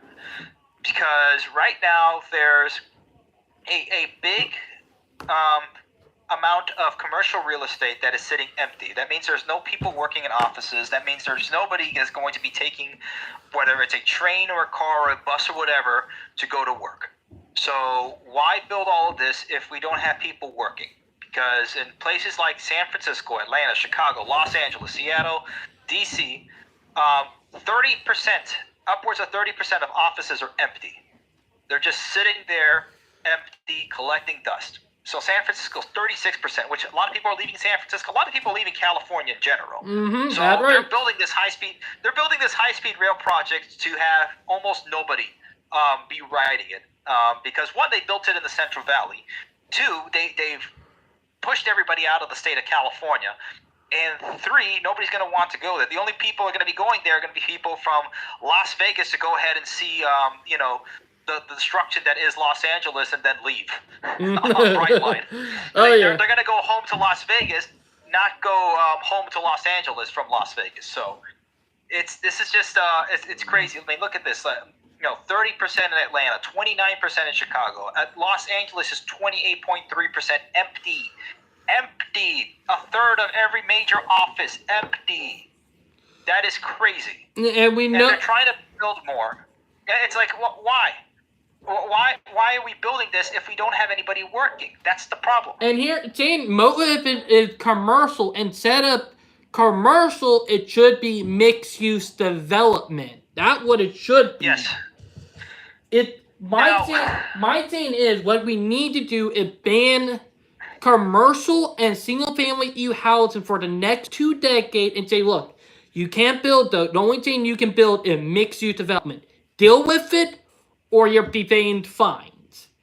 That's what we need to do. Within city limits, because you can't be building a mixed-use development in a rural area. Let's be very clear about that. I don't want farms being turned into commercial apartment buildings. Exactly. And I'm talking about in city limit because, look, what happened to the days where we were able to live in an apartment, walk down the street to our job or to a grocery store or to a restaurant, or even a pub to hang out with our friends. Like, wait, the car companies. No, and that's another thing, they keep wondering why Gen Z and millennials aren't going to bars. Because we can't. Why? To go into the city, to going through major amounts of traffic, and then, what? To go ahead and I'm going to get drunk and then try to drive out of the city? Heck. I'm gonna drive out of there. Okay, good luck with that. But yeah, here, look at this. So LA Metro authorizes joint development agreement to build transit-oriented development at Metro North Hollywood Station. So that looks like something. They approved 39.6 million expenditures to support public transit. So there we go. That's something. But again, it comes back to, well, do I want to go to the city because I don't work? Well, I finally got some work, but oops, I got stabbed. Mm-hmm. And I'm dead. So that's the other thing. Again, the thing is with 2024 America, be American, don't have a job, take public transit, get stabbed. Man arrested in fatal stabbing of metro passenger near Universal City Station. Oof. So I mean, this is again, like the last time I said, this is happening more and more every day in America. This is why people don't want to take mass transit in the United States. I would say mainly it stems from a sense of fear of not having enough security. And this is not the only one. It's like, oh, great, I'm going to go to L.A. and let me see, more to read. Fatal hijacking of L.A. Metro bus was a real-life nightmare. I mean, it's one thing to watch the movie Speed. It's another thing to be living in it. And here, So Jane, here the problem is because every one of the cities and states that where the crime rate on transit is high are the states that are light on crime. Like, yeah. that's the kicker. It's Like, we Let me see, need... one person stabbed, another injured in altercation on Metro bus in South LA. Terrifying video shows man trying to drag woman into freeway traffic in Pasadena. I mean, oh boy, I'm really gonna enjoy going to. I think I'm just gonna stay in the hotel the whole entire time. I don't know, man. Carry a pocket knife like on you. Carry a pocket knife can't on even- you. I can't even carry a firearm in California because of their stupid laws. Oh yeah, that right. Because you know I'm gonna say it because they're woke. It's the woke mindset. California, man. Oh, man, but yeah, it's like, okay, I want to have a country. No, it's not just me. We all would like to have a country where we can have a job that can pay well, that we can have a choice between, driving a car that's not going to cost me an arm and a leg or is going to blow me up like these Stellantis Jeeps. I'd like to live in a nice house that's not, completely made out of twigs. Yep. Have a family. And if I want to take transit, I don't want to get stabbed. Exactly. And here, What is so hard about that? I'd like to, I'd like to have, a family wage. I'd like to be able to work and have, a reasonably good time and not get stabbed. What's wrong with that? That should be a campaign slogan.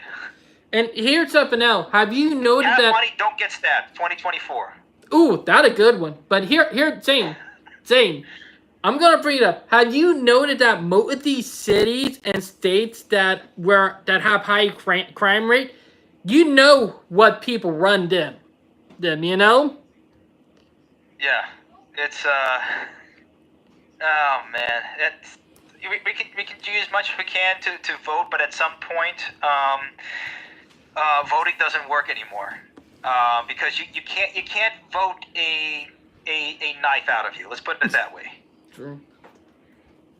Okay, last little bit of well, not so much good news that we went through, but here's a little bit of good news. Over in the UK, restored tram on the move again after 67 years.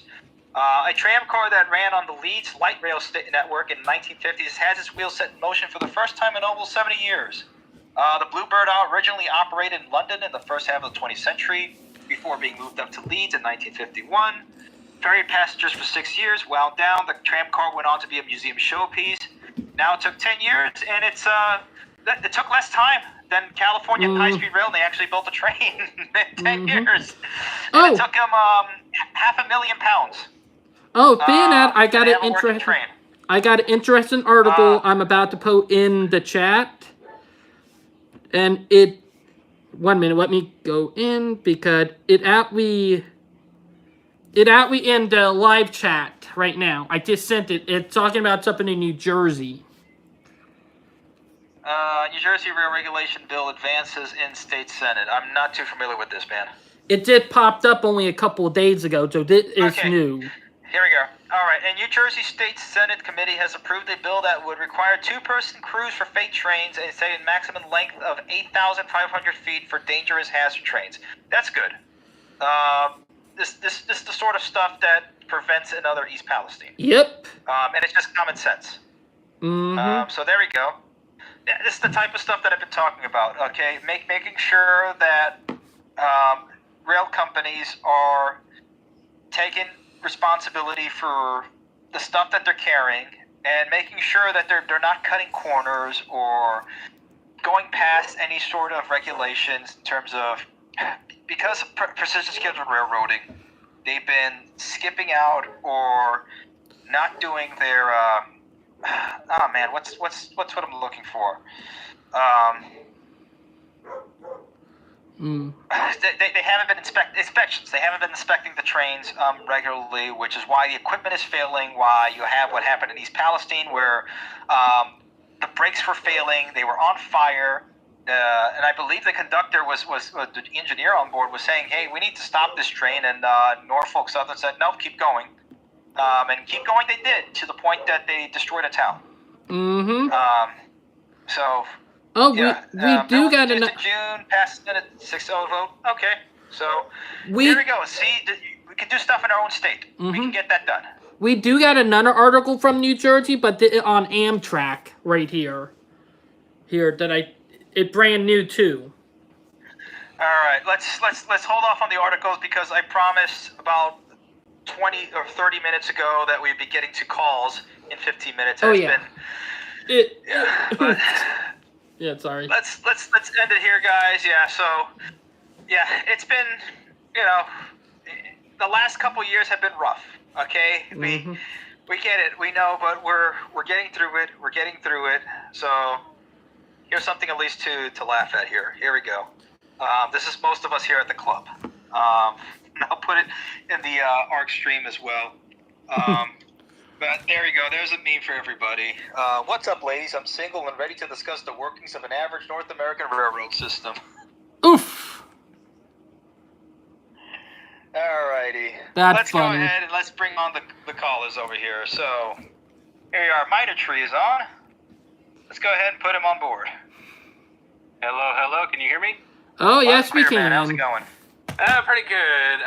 Just a few things. One, I won't mention the fact that the country that built a train system from basically St. Louis all the way over to Sacramento in 6 years, laying on average at their peak up to 14 miles a day, because that would make you mad.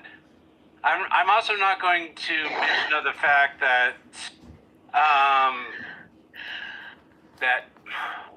what's a nice way of putting it? A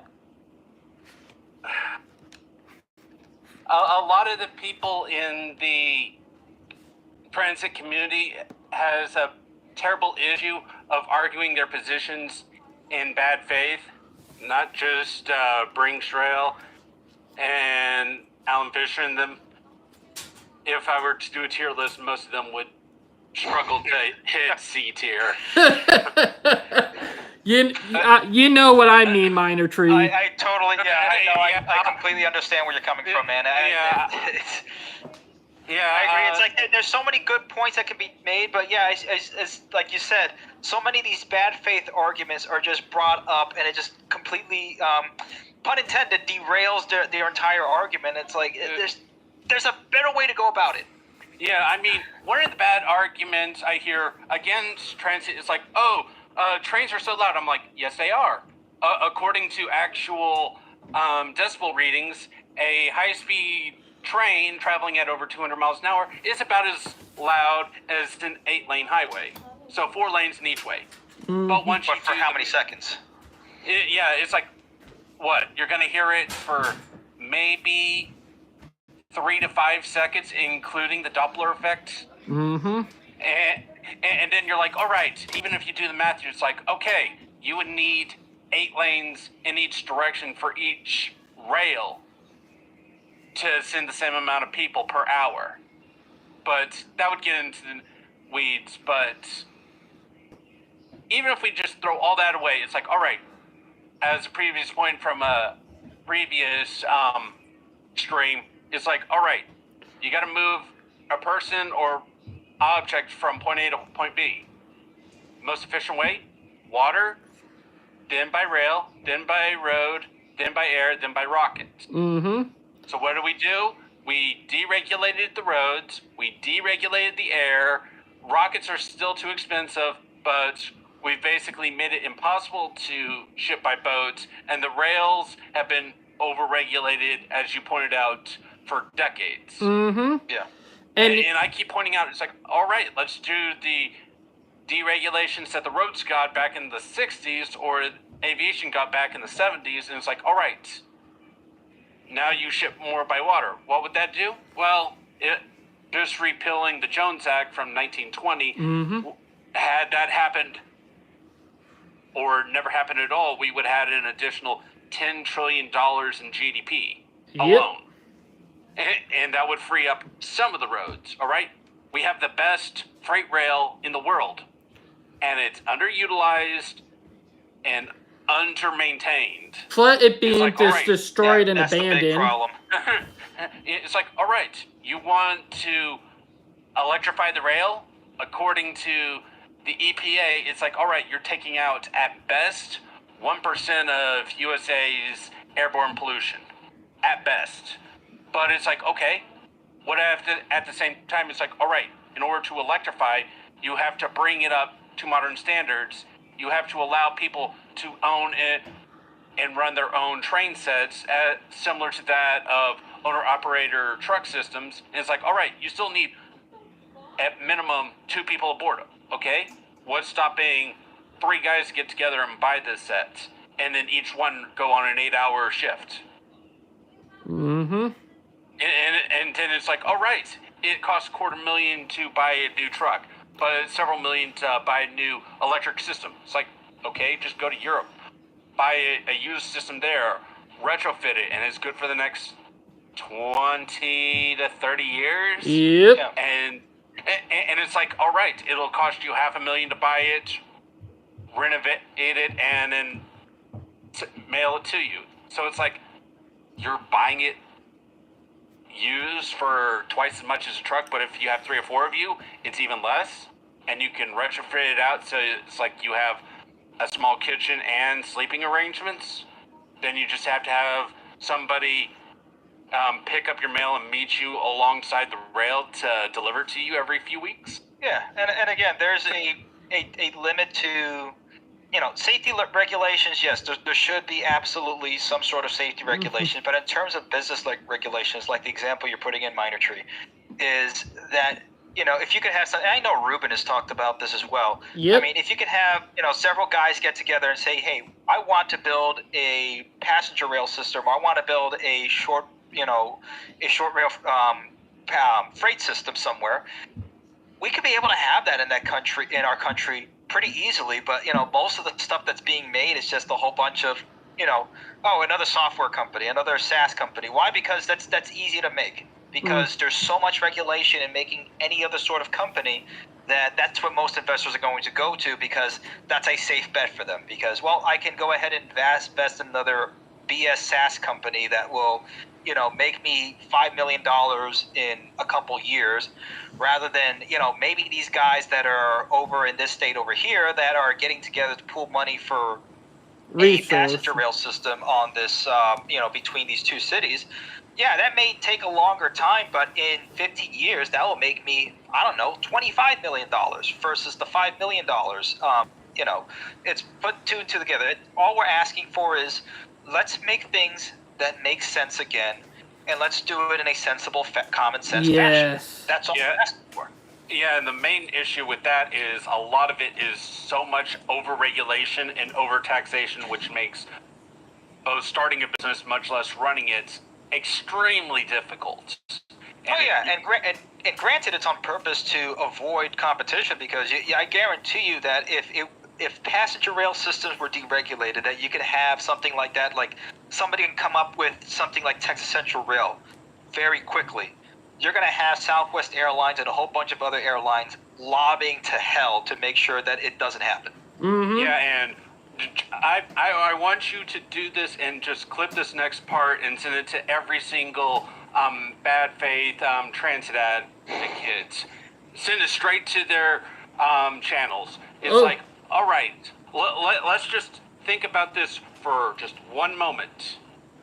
If you overtax somebody and you lower the taxes, you get more tax income. How's that? Because they have more money to put back into the system, and thus they invest more. If you overregulate something, then you have issues getting more competition. And to put that one point into perspective, did you hear about the demands for nationalization of the trucking fleets earlier this year? Yeah, I heard about that. No. Did you? We need to nationalize all the trucking industry.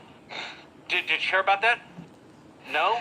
So when Yellow went out of business and 99,000 people are out now, there's no calls for nationalization? Why is that? Because we have a bunch of owner-operator trucking companies as well as other trucking companies, and there's no issue. Yeah. But every single time that a railroad company is falling on hard times, we need to nationalize the entire railroad industry. Why? Yeah, no, because we made it impossible to start new companies, and we allowed the bad ones to get bailed out time and time and time and time and time again. And then you're wondering why we're in the same position. It's like, all right, if you allow a industry to be healthy, a big whale goes out.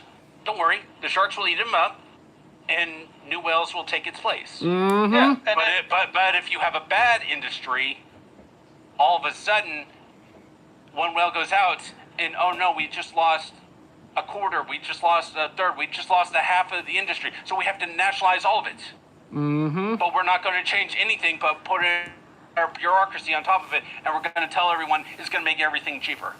And then wonder why 10 years later, not only is it not cheaper, it's more expensive, takes longer to do, and nothing ever seems to get done. Yeah, and that there is just basic common sense capitalism. Not laissez-faire, let a company do whatever the hell it wants and pleases at the expense of everybody else capitalism, but capitalism that makes sense.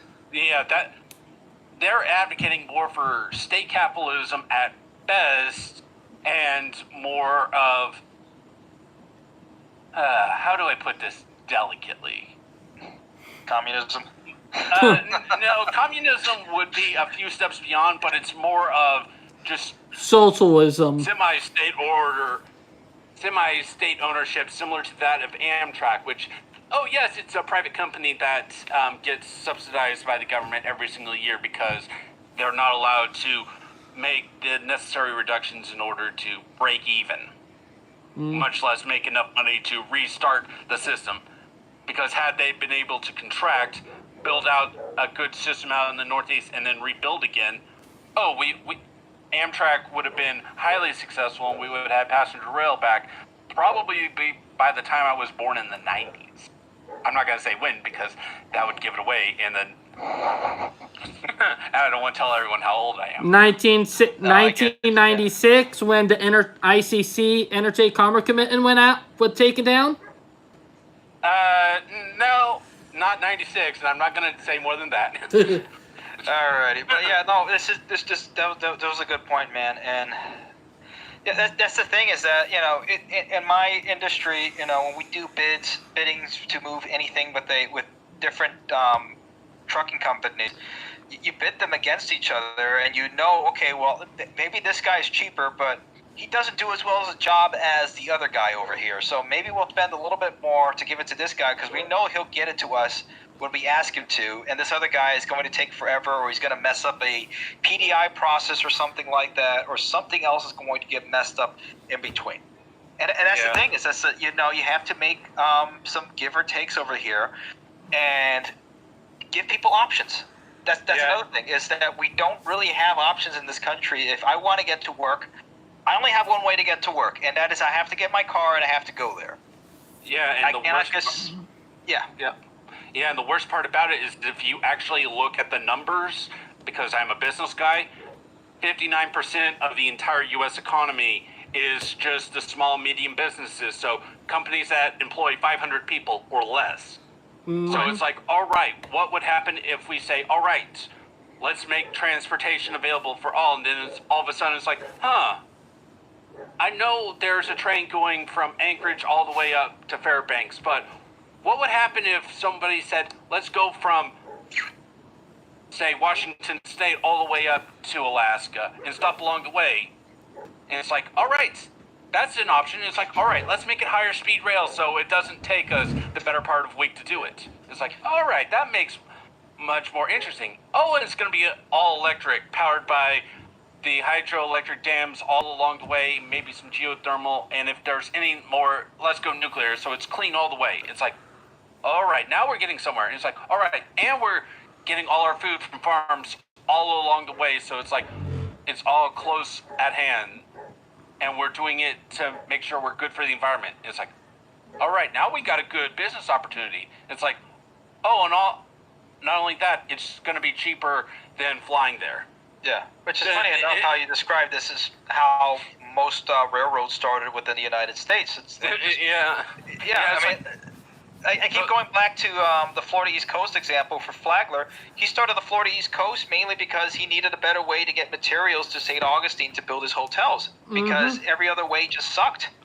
Yeah, and to go off of David's point from earlier, it's like, oh, this is so expensive to do this and that. It's like, all right, to do the railroads and then build up all that other stuff. It's like, all right, so the Japanese railway model where the railroads break even, maybe make a little money, but the main part of their money they make is from all the real estate holdings they have, as well as any rent and lease payments. So, right. And that makes massive amounts of their money. It's like, and worst case scenario, it's like you make those videos, it's like you get free helps from me to make those videos and bring in more information. Yep, another train going by. Yeah. Got another train going by. Wait. I said only 3 free. The rest you have to earn.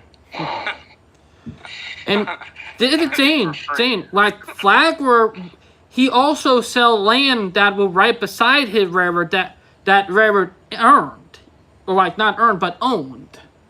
And saying it, the FRA, or not the FRA, but the ICC or the Interstate Commerce Commission, when they fully got corrupt, because let's be honest, the car company and the airline realized that the FAA, or not the FAA, but the FRA, the Federal Interstate Commerce Commission, don't control them or the car company, but only the railroad. They snuck their guys in. Let's be honest. The airlines and the car company snuck their guys into the FRA, or technically the Interstate Commerce Commission with the But thing is that when the railroad was restricted heavily back in the 50s through the 70s, it had to do with the airlines and the car company. Because with their guys sneaking their guys in there and making it harder for them, they literally kneecap the railroad competition. They literally kneecap their competition right there. It's that revolving door that you have between lobbying companies, between the federal government bureaucracies that exist that allows that sort of thing to happen. Yeah, and not to take too much time away from everyone else, I'll just make this last point before heading on out and letting Star Force go next if he's still here. There's two ways of looking at it. It's the traditional way of power corrupts and absolute power corrupts absolutely, or one of the ways that my friend put it, power doesn't corrupt. Power just magnifies the level of corruption already in you. There you go. And I'm going to have to bid you adieu while giving everyone else their turn.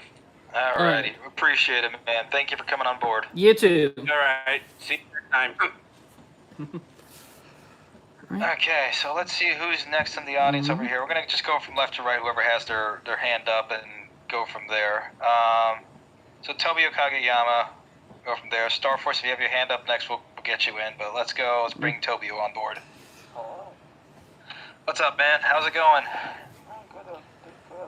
Good down there, except that for some reason it's still hot, even though it's October, so I don't know, crazy weather, I would say. Yeah, we're getting, I Oh. think, an Indian summer over here. I can't hear you too well, man, because I think your mic's a little low or gains. Better? Yep, better. Yeah, the better. Good. Well, thank you. Well, I want to talk about, like you guys were talking about a few minutes ago, like, how insane it is to build up infrastructure projects here in the U.S. in the 21st century, because I don't know, because 100 years ago we were able to do it like in about a few years, and now you'll be lucky if you could do it in a few decades. So just think about the insanity there. Mm-hmm. It's it's just that's again, this is the problem here, is that there's so much to be done and it's taking so long, and it doesn't need to take that long. I mean, just like, the examples that myself and Minor Tree and David have said. I mean, look, we were able to build so much so fast in this country with far less technology available, and we can't do that now. Mm-hmm. Exactly, and also, which also brings me to the next point, which like you guys said, those stupid studies that they do in order to build those projects these days. Who the hell even gives a crap about those things? I mean, who the hell even reads those things and cares about? I mean, what's the effing point of those things? You can blame it on tree huggers. It's mainly, no, well, it's also mainly for the funding committees that, they'll go ahead and have their assistants or their interns go ahead and read this and then highlight it and say, oh, well, this project will bring, X amount of whatever, BS number that we made up of economic development to the region, okay? And a lot of these numbers are kind of made up. The fact is that if you actually were to build it and spend less time talking about it, you'd actually get close to those numbers rather than talking about it and then never getting it done. Mm-hmm. So all that economic, expenditure or development and improvement to the region that you talk about never happens, because we're just talking about studies that we can do this or that to improve or double capacity here or there, rather than look. We spent I don't know how many years talking about it. Just do it. They didn't have these EIS studies, when they built the first tunnels over, when they built the Lincoln tunnels or any of these tunnels in New York. There was no EIS study. There was no this or that. There was maybe a little bit of study in terms of how to actually build it, and everybody knew it was common sense. It was going to be better for the area if they built it, but there wasn't some sort of the amount of time that is spent on studies and think tanks is ridiculous. It's like that joke that somebody made in Europe. It's oh, we have all these European think tanks, and then the Russian comes in. It's like tanks are not made for thinking. That's what it is. Yeah. Like, I mean, like, sure, you can do the studies, but do it in a manner that's more efficient, more honest, I would say, and more faster, I would have to say. Like, do it in a better way, I would have to say. Yeah. like, it's so funny they do it that way, and sometimes some of them are just freaking scams. Am I right? Right. Yeah, I can say that. And to the point, what was that Canadian comedy show that basically said, well, high-speed rail study, and it's like, oh, here's another year, another speed rail study. We're going to spend millions of dollars on a high-speed rail study. Here's all the paper we'll spend on it. And it's got to the point that, yeah, it's become a joke, but it's kind of reality of what we're here in this country when it comes to building any sort of infrastructure. It's just study after study. Mm-hmm. We know it will work. It's common sense that it will work. Just build the damn thing already. Yeah, like, just build it for fuck's sake. We've seen it in all the other countries, so why the hell can't we build it to go here in, like, states like, I don't know, New York, Massachusetts, Pennsylvania, Illinois, Texas? I mean, why can't we do that? Why can't we build a thing that we all know that it already works, that we already seen it like a million times for the past like 5 decades around the world, I mean, I just can't understand that. It because you got companies and airlines like airline, car company, and the oil company that don't want it to happen here in the U.S. Because we're technically shackled to them like we're their slaves. Yeah, I mean, it's not like they're against capitalism, but I'm more against corporationism, because let's face it, corporationism is just, I don't know, like communism or fascism, except that it's in capitalism. So, Yeah, it's corporatocracy. Yeah. Mm-hmm. yeah, It like the So movie interesting. Eaterocracy. right. So if we want to move our country forward again, I don't know, we've got to cut the crap, you know. Stop with all the corporationism. Yeah. Yeah, and it doesn't matter whether the name, because it's, you know, whether it's corporatocracy or corporatism, you know, if somebody sees a tiger, it doesn't matter what language, you know, you don't want to be messing with the tiger, and you know that's not something you want to be next to. So it's like, it's just, we use common sense to just say, hey, look, and just think of it from this logically. We've seen this happen. We've seen this work before in terms of when we come to build infrastructure, and it used to work in this country. Why can't we just do that, but better and faster with the technology that we have available to us? That's logical sense. Mm-hmm. And thing is that, like what I was saying earlier, we do not, even though she a female, we don't need her in office. Like, if we get her in office, it'll be a setback for transit into the country. Just forget trans. It's just a setback for the country. Period. I mean, I've gone very hard to not mention either of the two candidates' names in the last several videos, because at this point, like, look, if you're still thinking about it, or if you're on the fence, it's, come on. Yeah. Mm-hmm. But anyway, alrighty. Appreciate your time, man. Yeah. Thank you. You have a good one, man. All right. You too. Bye. Okay, and last speaker for tonight. Oh, we Linnell. have two. Star Force 91 got two. to tuck Okay. a hand up and then put it down. Up there you go. All right. We'll go Renell, and then we'll go Star Force, because I said Renell's name, so we'll go with that, and then we'll go to Star Force last. Mm-hmm. All right, Renell, you're on board. Yep. They gotta wait for him to join.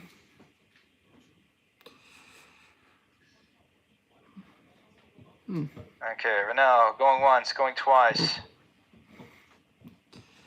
And we'll just go to Star Force. We'll have Renell, We'll have him last just in case. we'll just have his hand up still. All right, Star Force, welcome aboard.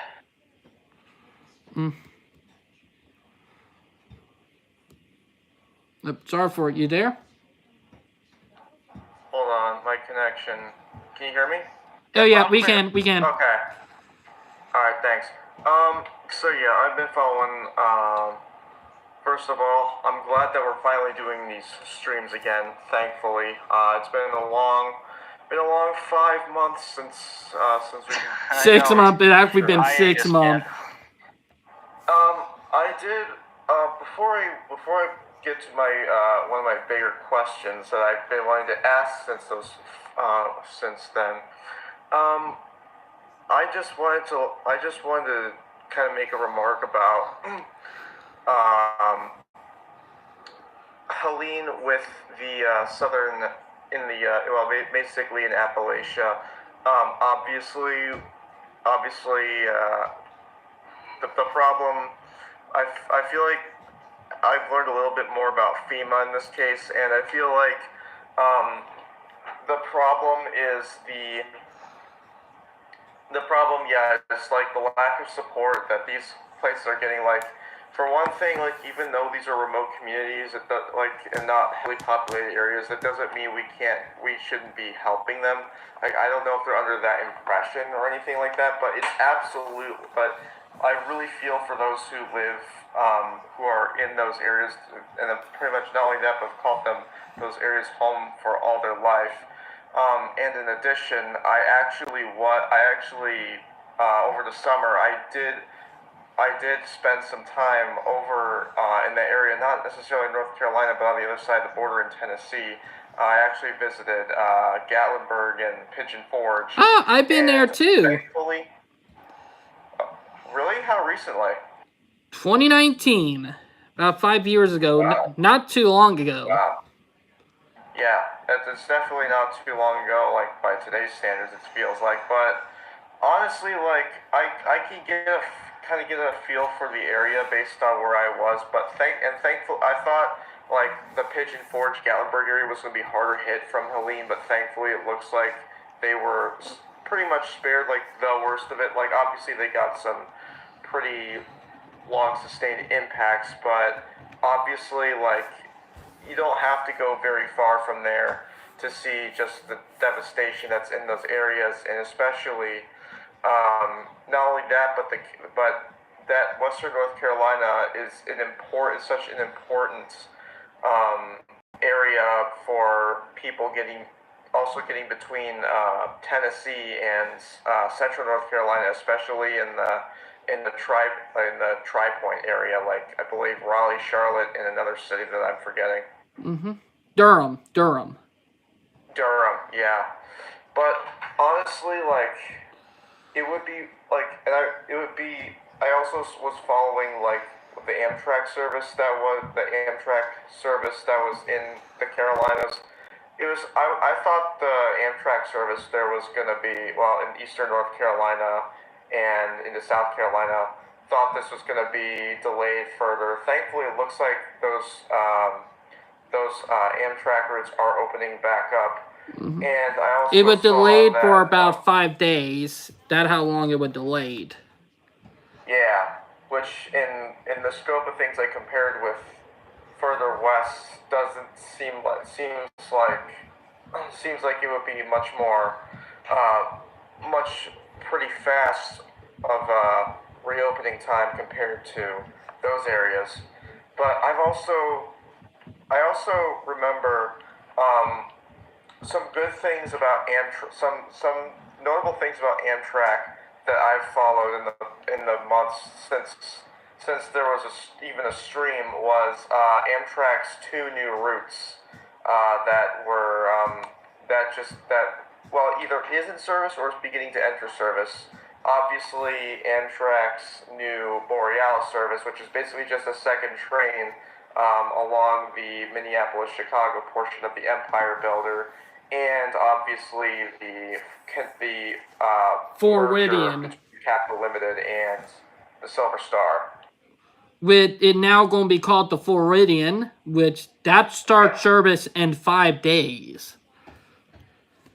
Yeah, I thought it started service in November. 5 days from now in November, or not November, but 5 days from now. Wow. Huh. I'll need to look that up again, but it's been like, it just goes to show. But the thing is, though, they said it would be a temporary service because of the tunnel project in Baltimore. But honestly, if things go well, I would say that could become potentially permanent. Like there have been I've read up there have been multiple Chicago Miami routes in the over the years, even with Amtrak. But obviously it's been decades since because of all the long distance services that have been shut down over the years because of the profitability loss. But it almost seems like yesterday when before the pandemic, Amtrak was literally about to break even on its from its losses and to potentially profiting off of their system. Mm-hmm. Yeah, it was so close, and that was mainly due to the pandemic. I mean, most ridership still hasn't recovered to its pre-pandemic, just the service that it had before, and the numbers and the ridership numbers haven't gone back since. Absolutely, but I'm just glad that even in spite of the hardships that we've had, especially with rail service, I mean, this is probably the biggest changes I've seen out of Amtrak since I started getting interested in trains in general and noticing how important they are. I mean, not just with Brightline, but obviously it's setting the... I figured Brightline would be setting the stage for that, and I feel like that's something that is good to look forward to. But I also remember earlier in the stream, like, you know, these rail projects, like, yeah, they'll definitely gain ridership and profits and other things like that. But obviously, you have to focus on the affordability of living in this country in general, not just by states. Like, for example, like, my girlfriend, who I've been dating for over 8 years now, has not too long last year, moved to New York, and was staying with her parents. Well, not her parents, but staying with her aunt at first, and then she eventually, when she got to live out on her own, she got two jobs where she's basically working full time, and with the insane amount of rent, like, this is a room share. This wasn't an actual apartment. Like, she had to pay like $950 a month, and she was struggling to break even. And obviously, she was eventually going to move to Chicago to live near me, which she found with this Chicago to be cheaper than New York. Still expensive, obviously, but it's more affordable. But even with Chicago being expensive, it just goes to show like how expensive like these states like California and New York are becoming. Don't forget about Charleston. The biggest priority, one of the biggest priorities, is to lower the cost. Really, just lower the cost of living in general. Like, some people are struggling to meet ends. Like, that's the main problem. Yeah. Starport, like, the price for an apartment here, the cheapest apartment would be around $1,000. Maybe if you get lucky, you might find something around $900. But everything around here is above $900 to $1,000 here in my home city of Charleston, South Carolina.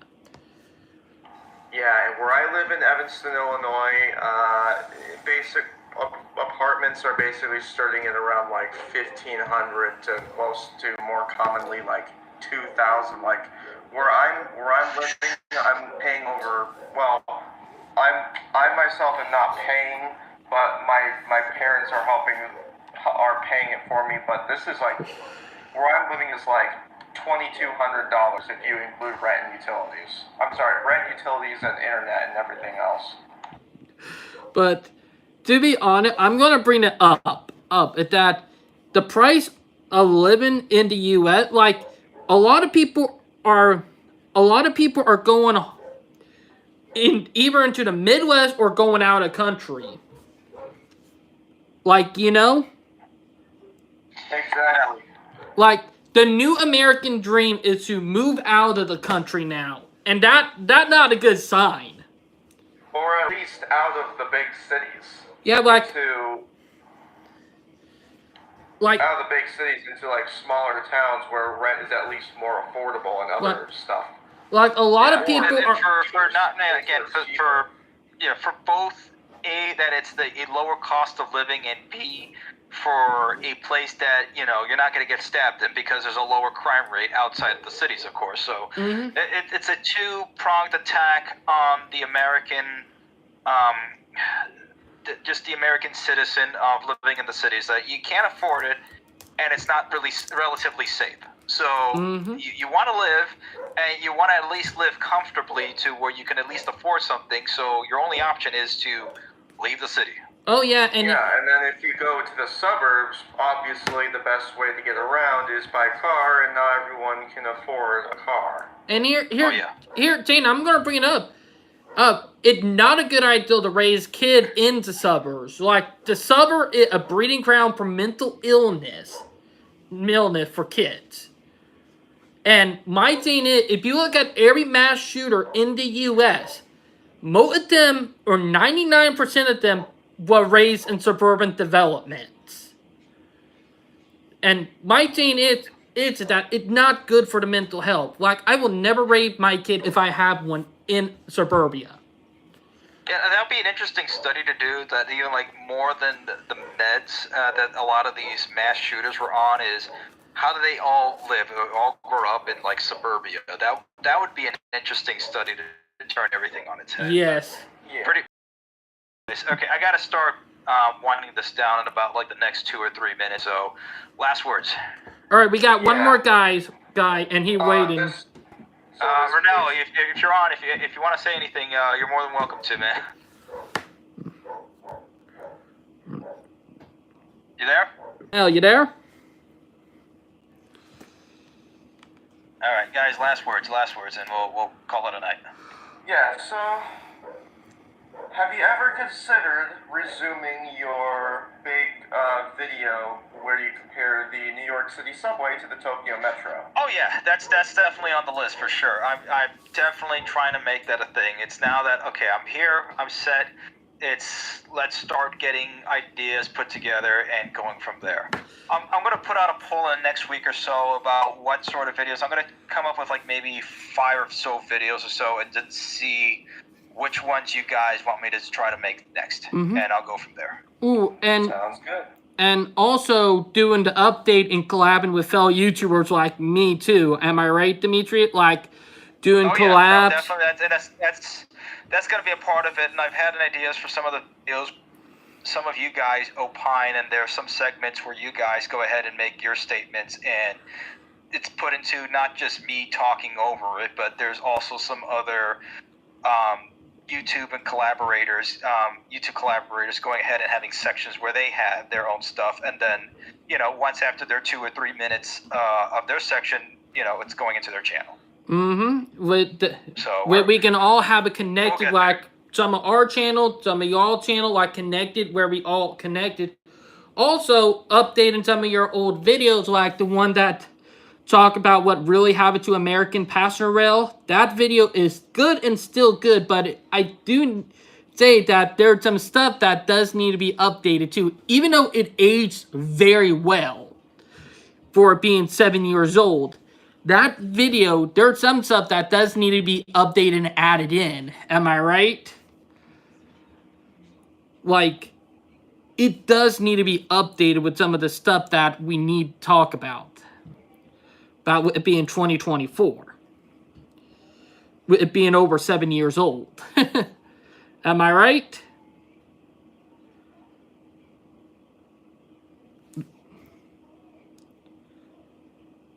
But it's crazy, ain't it? But yeah. Oh, hold it. 1 minute. I gotta fix this.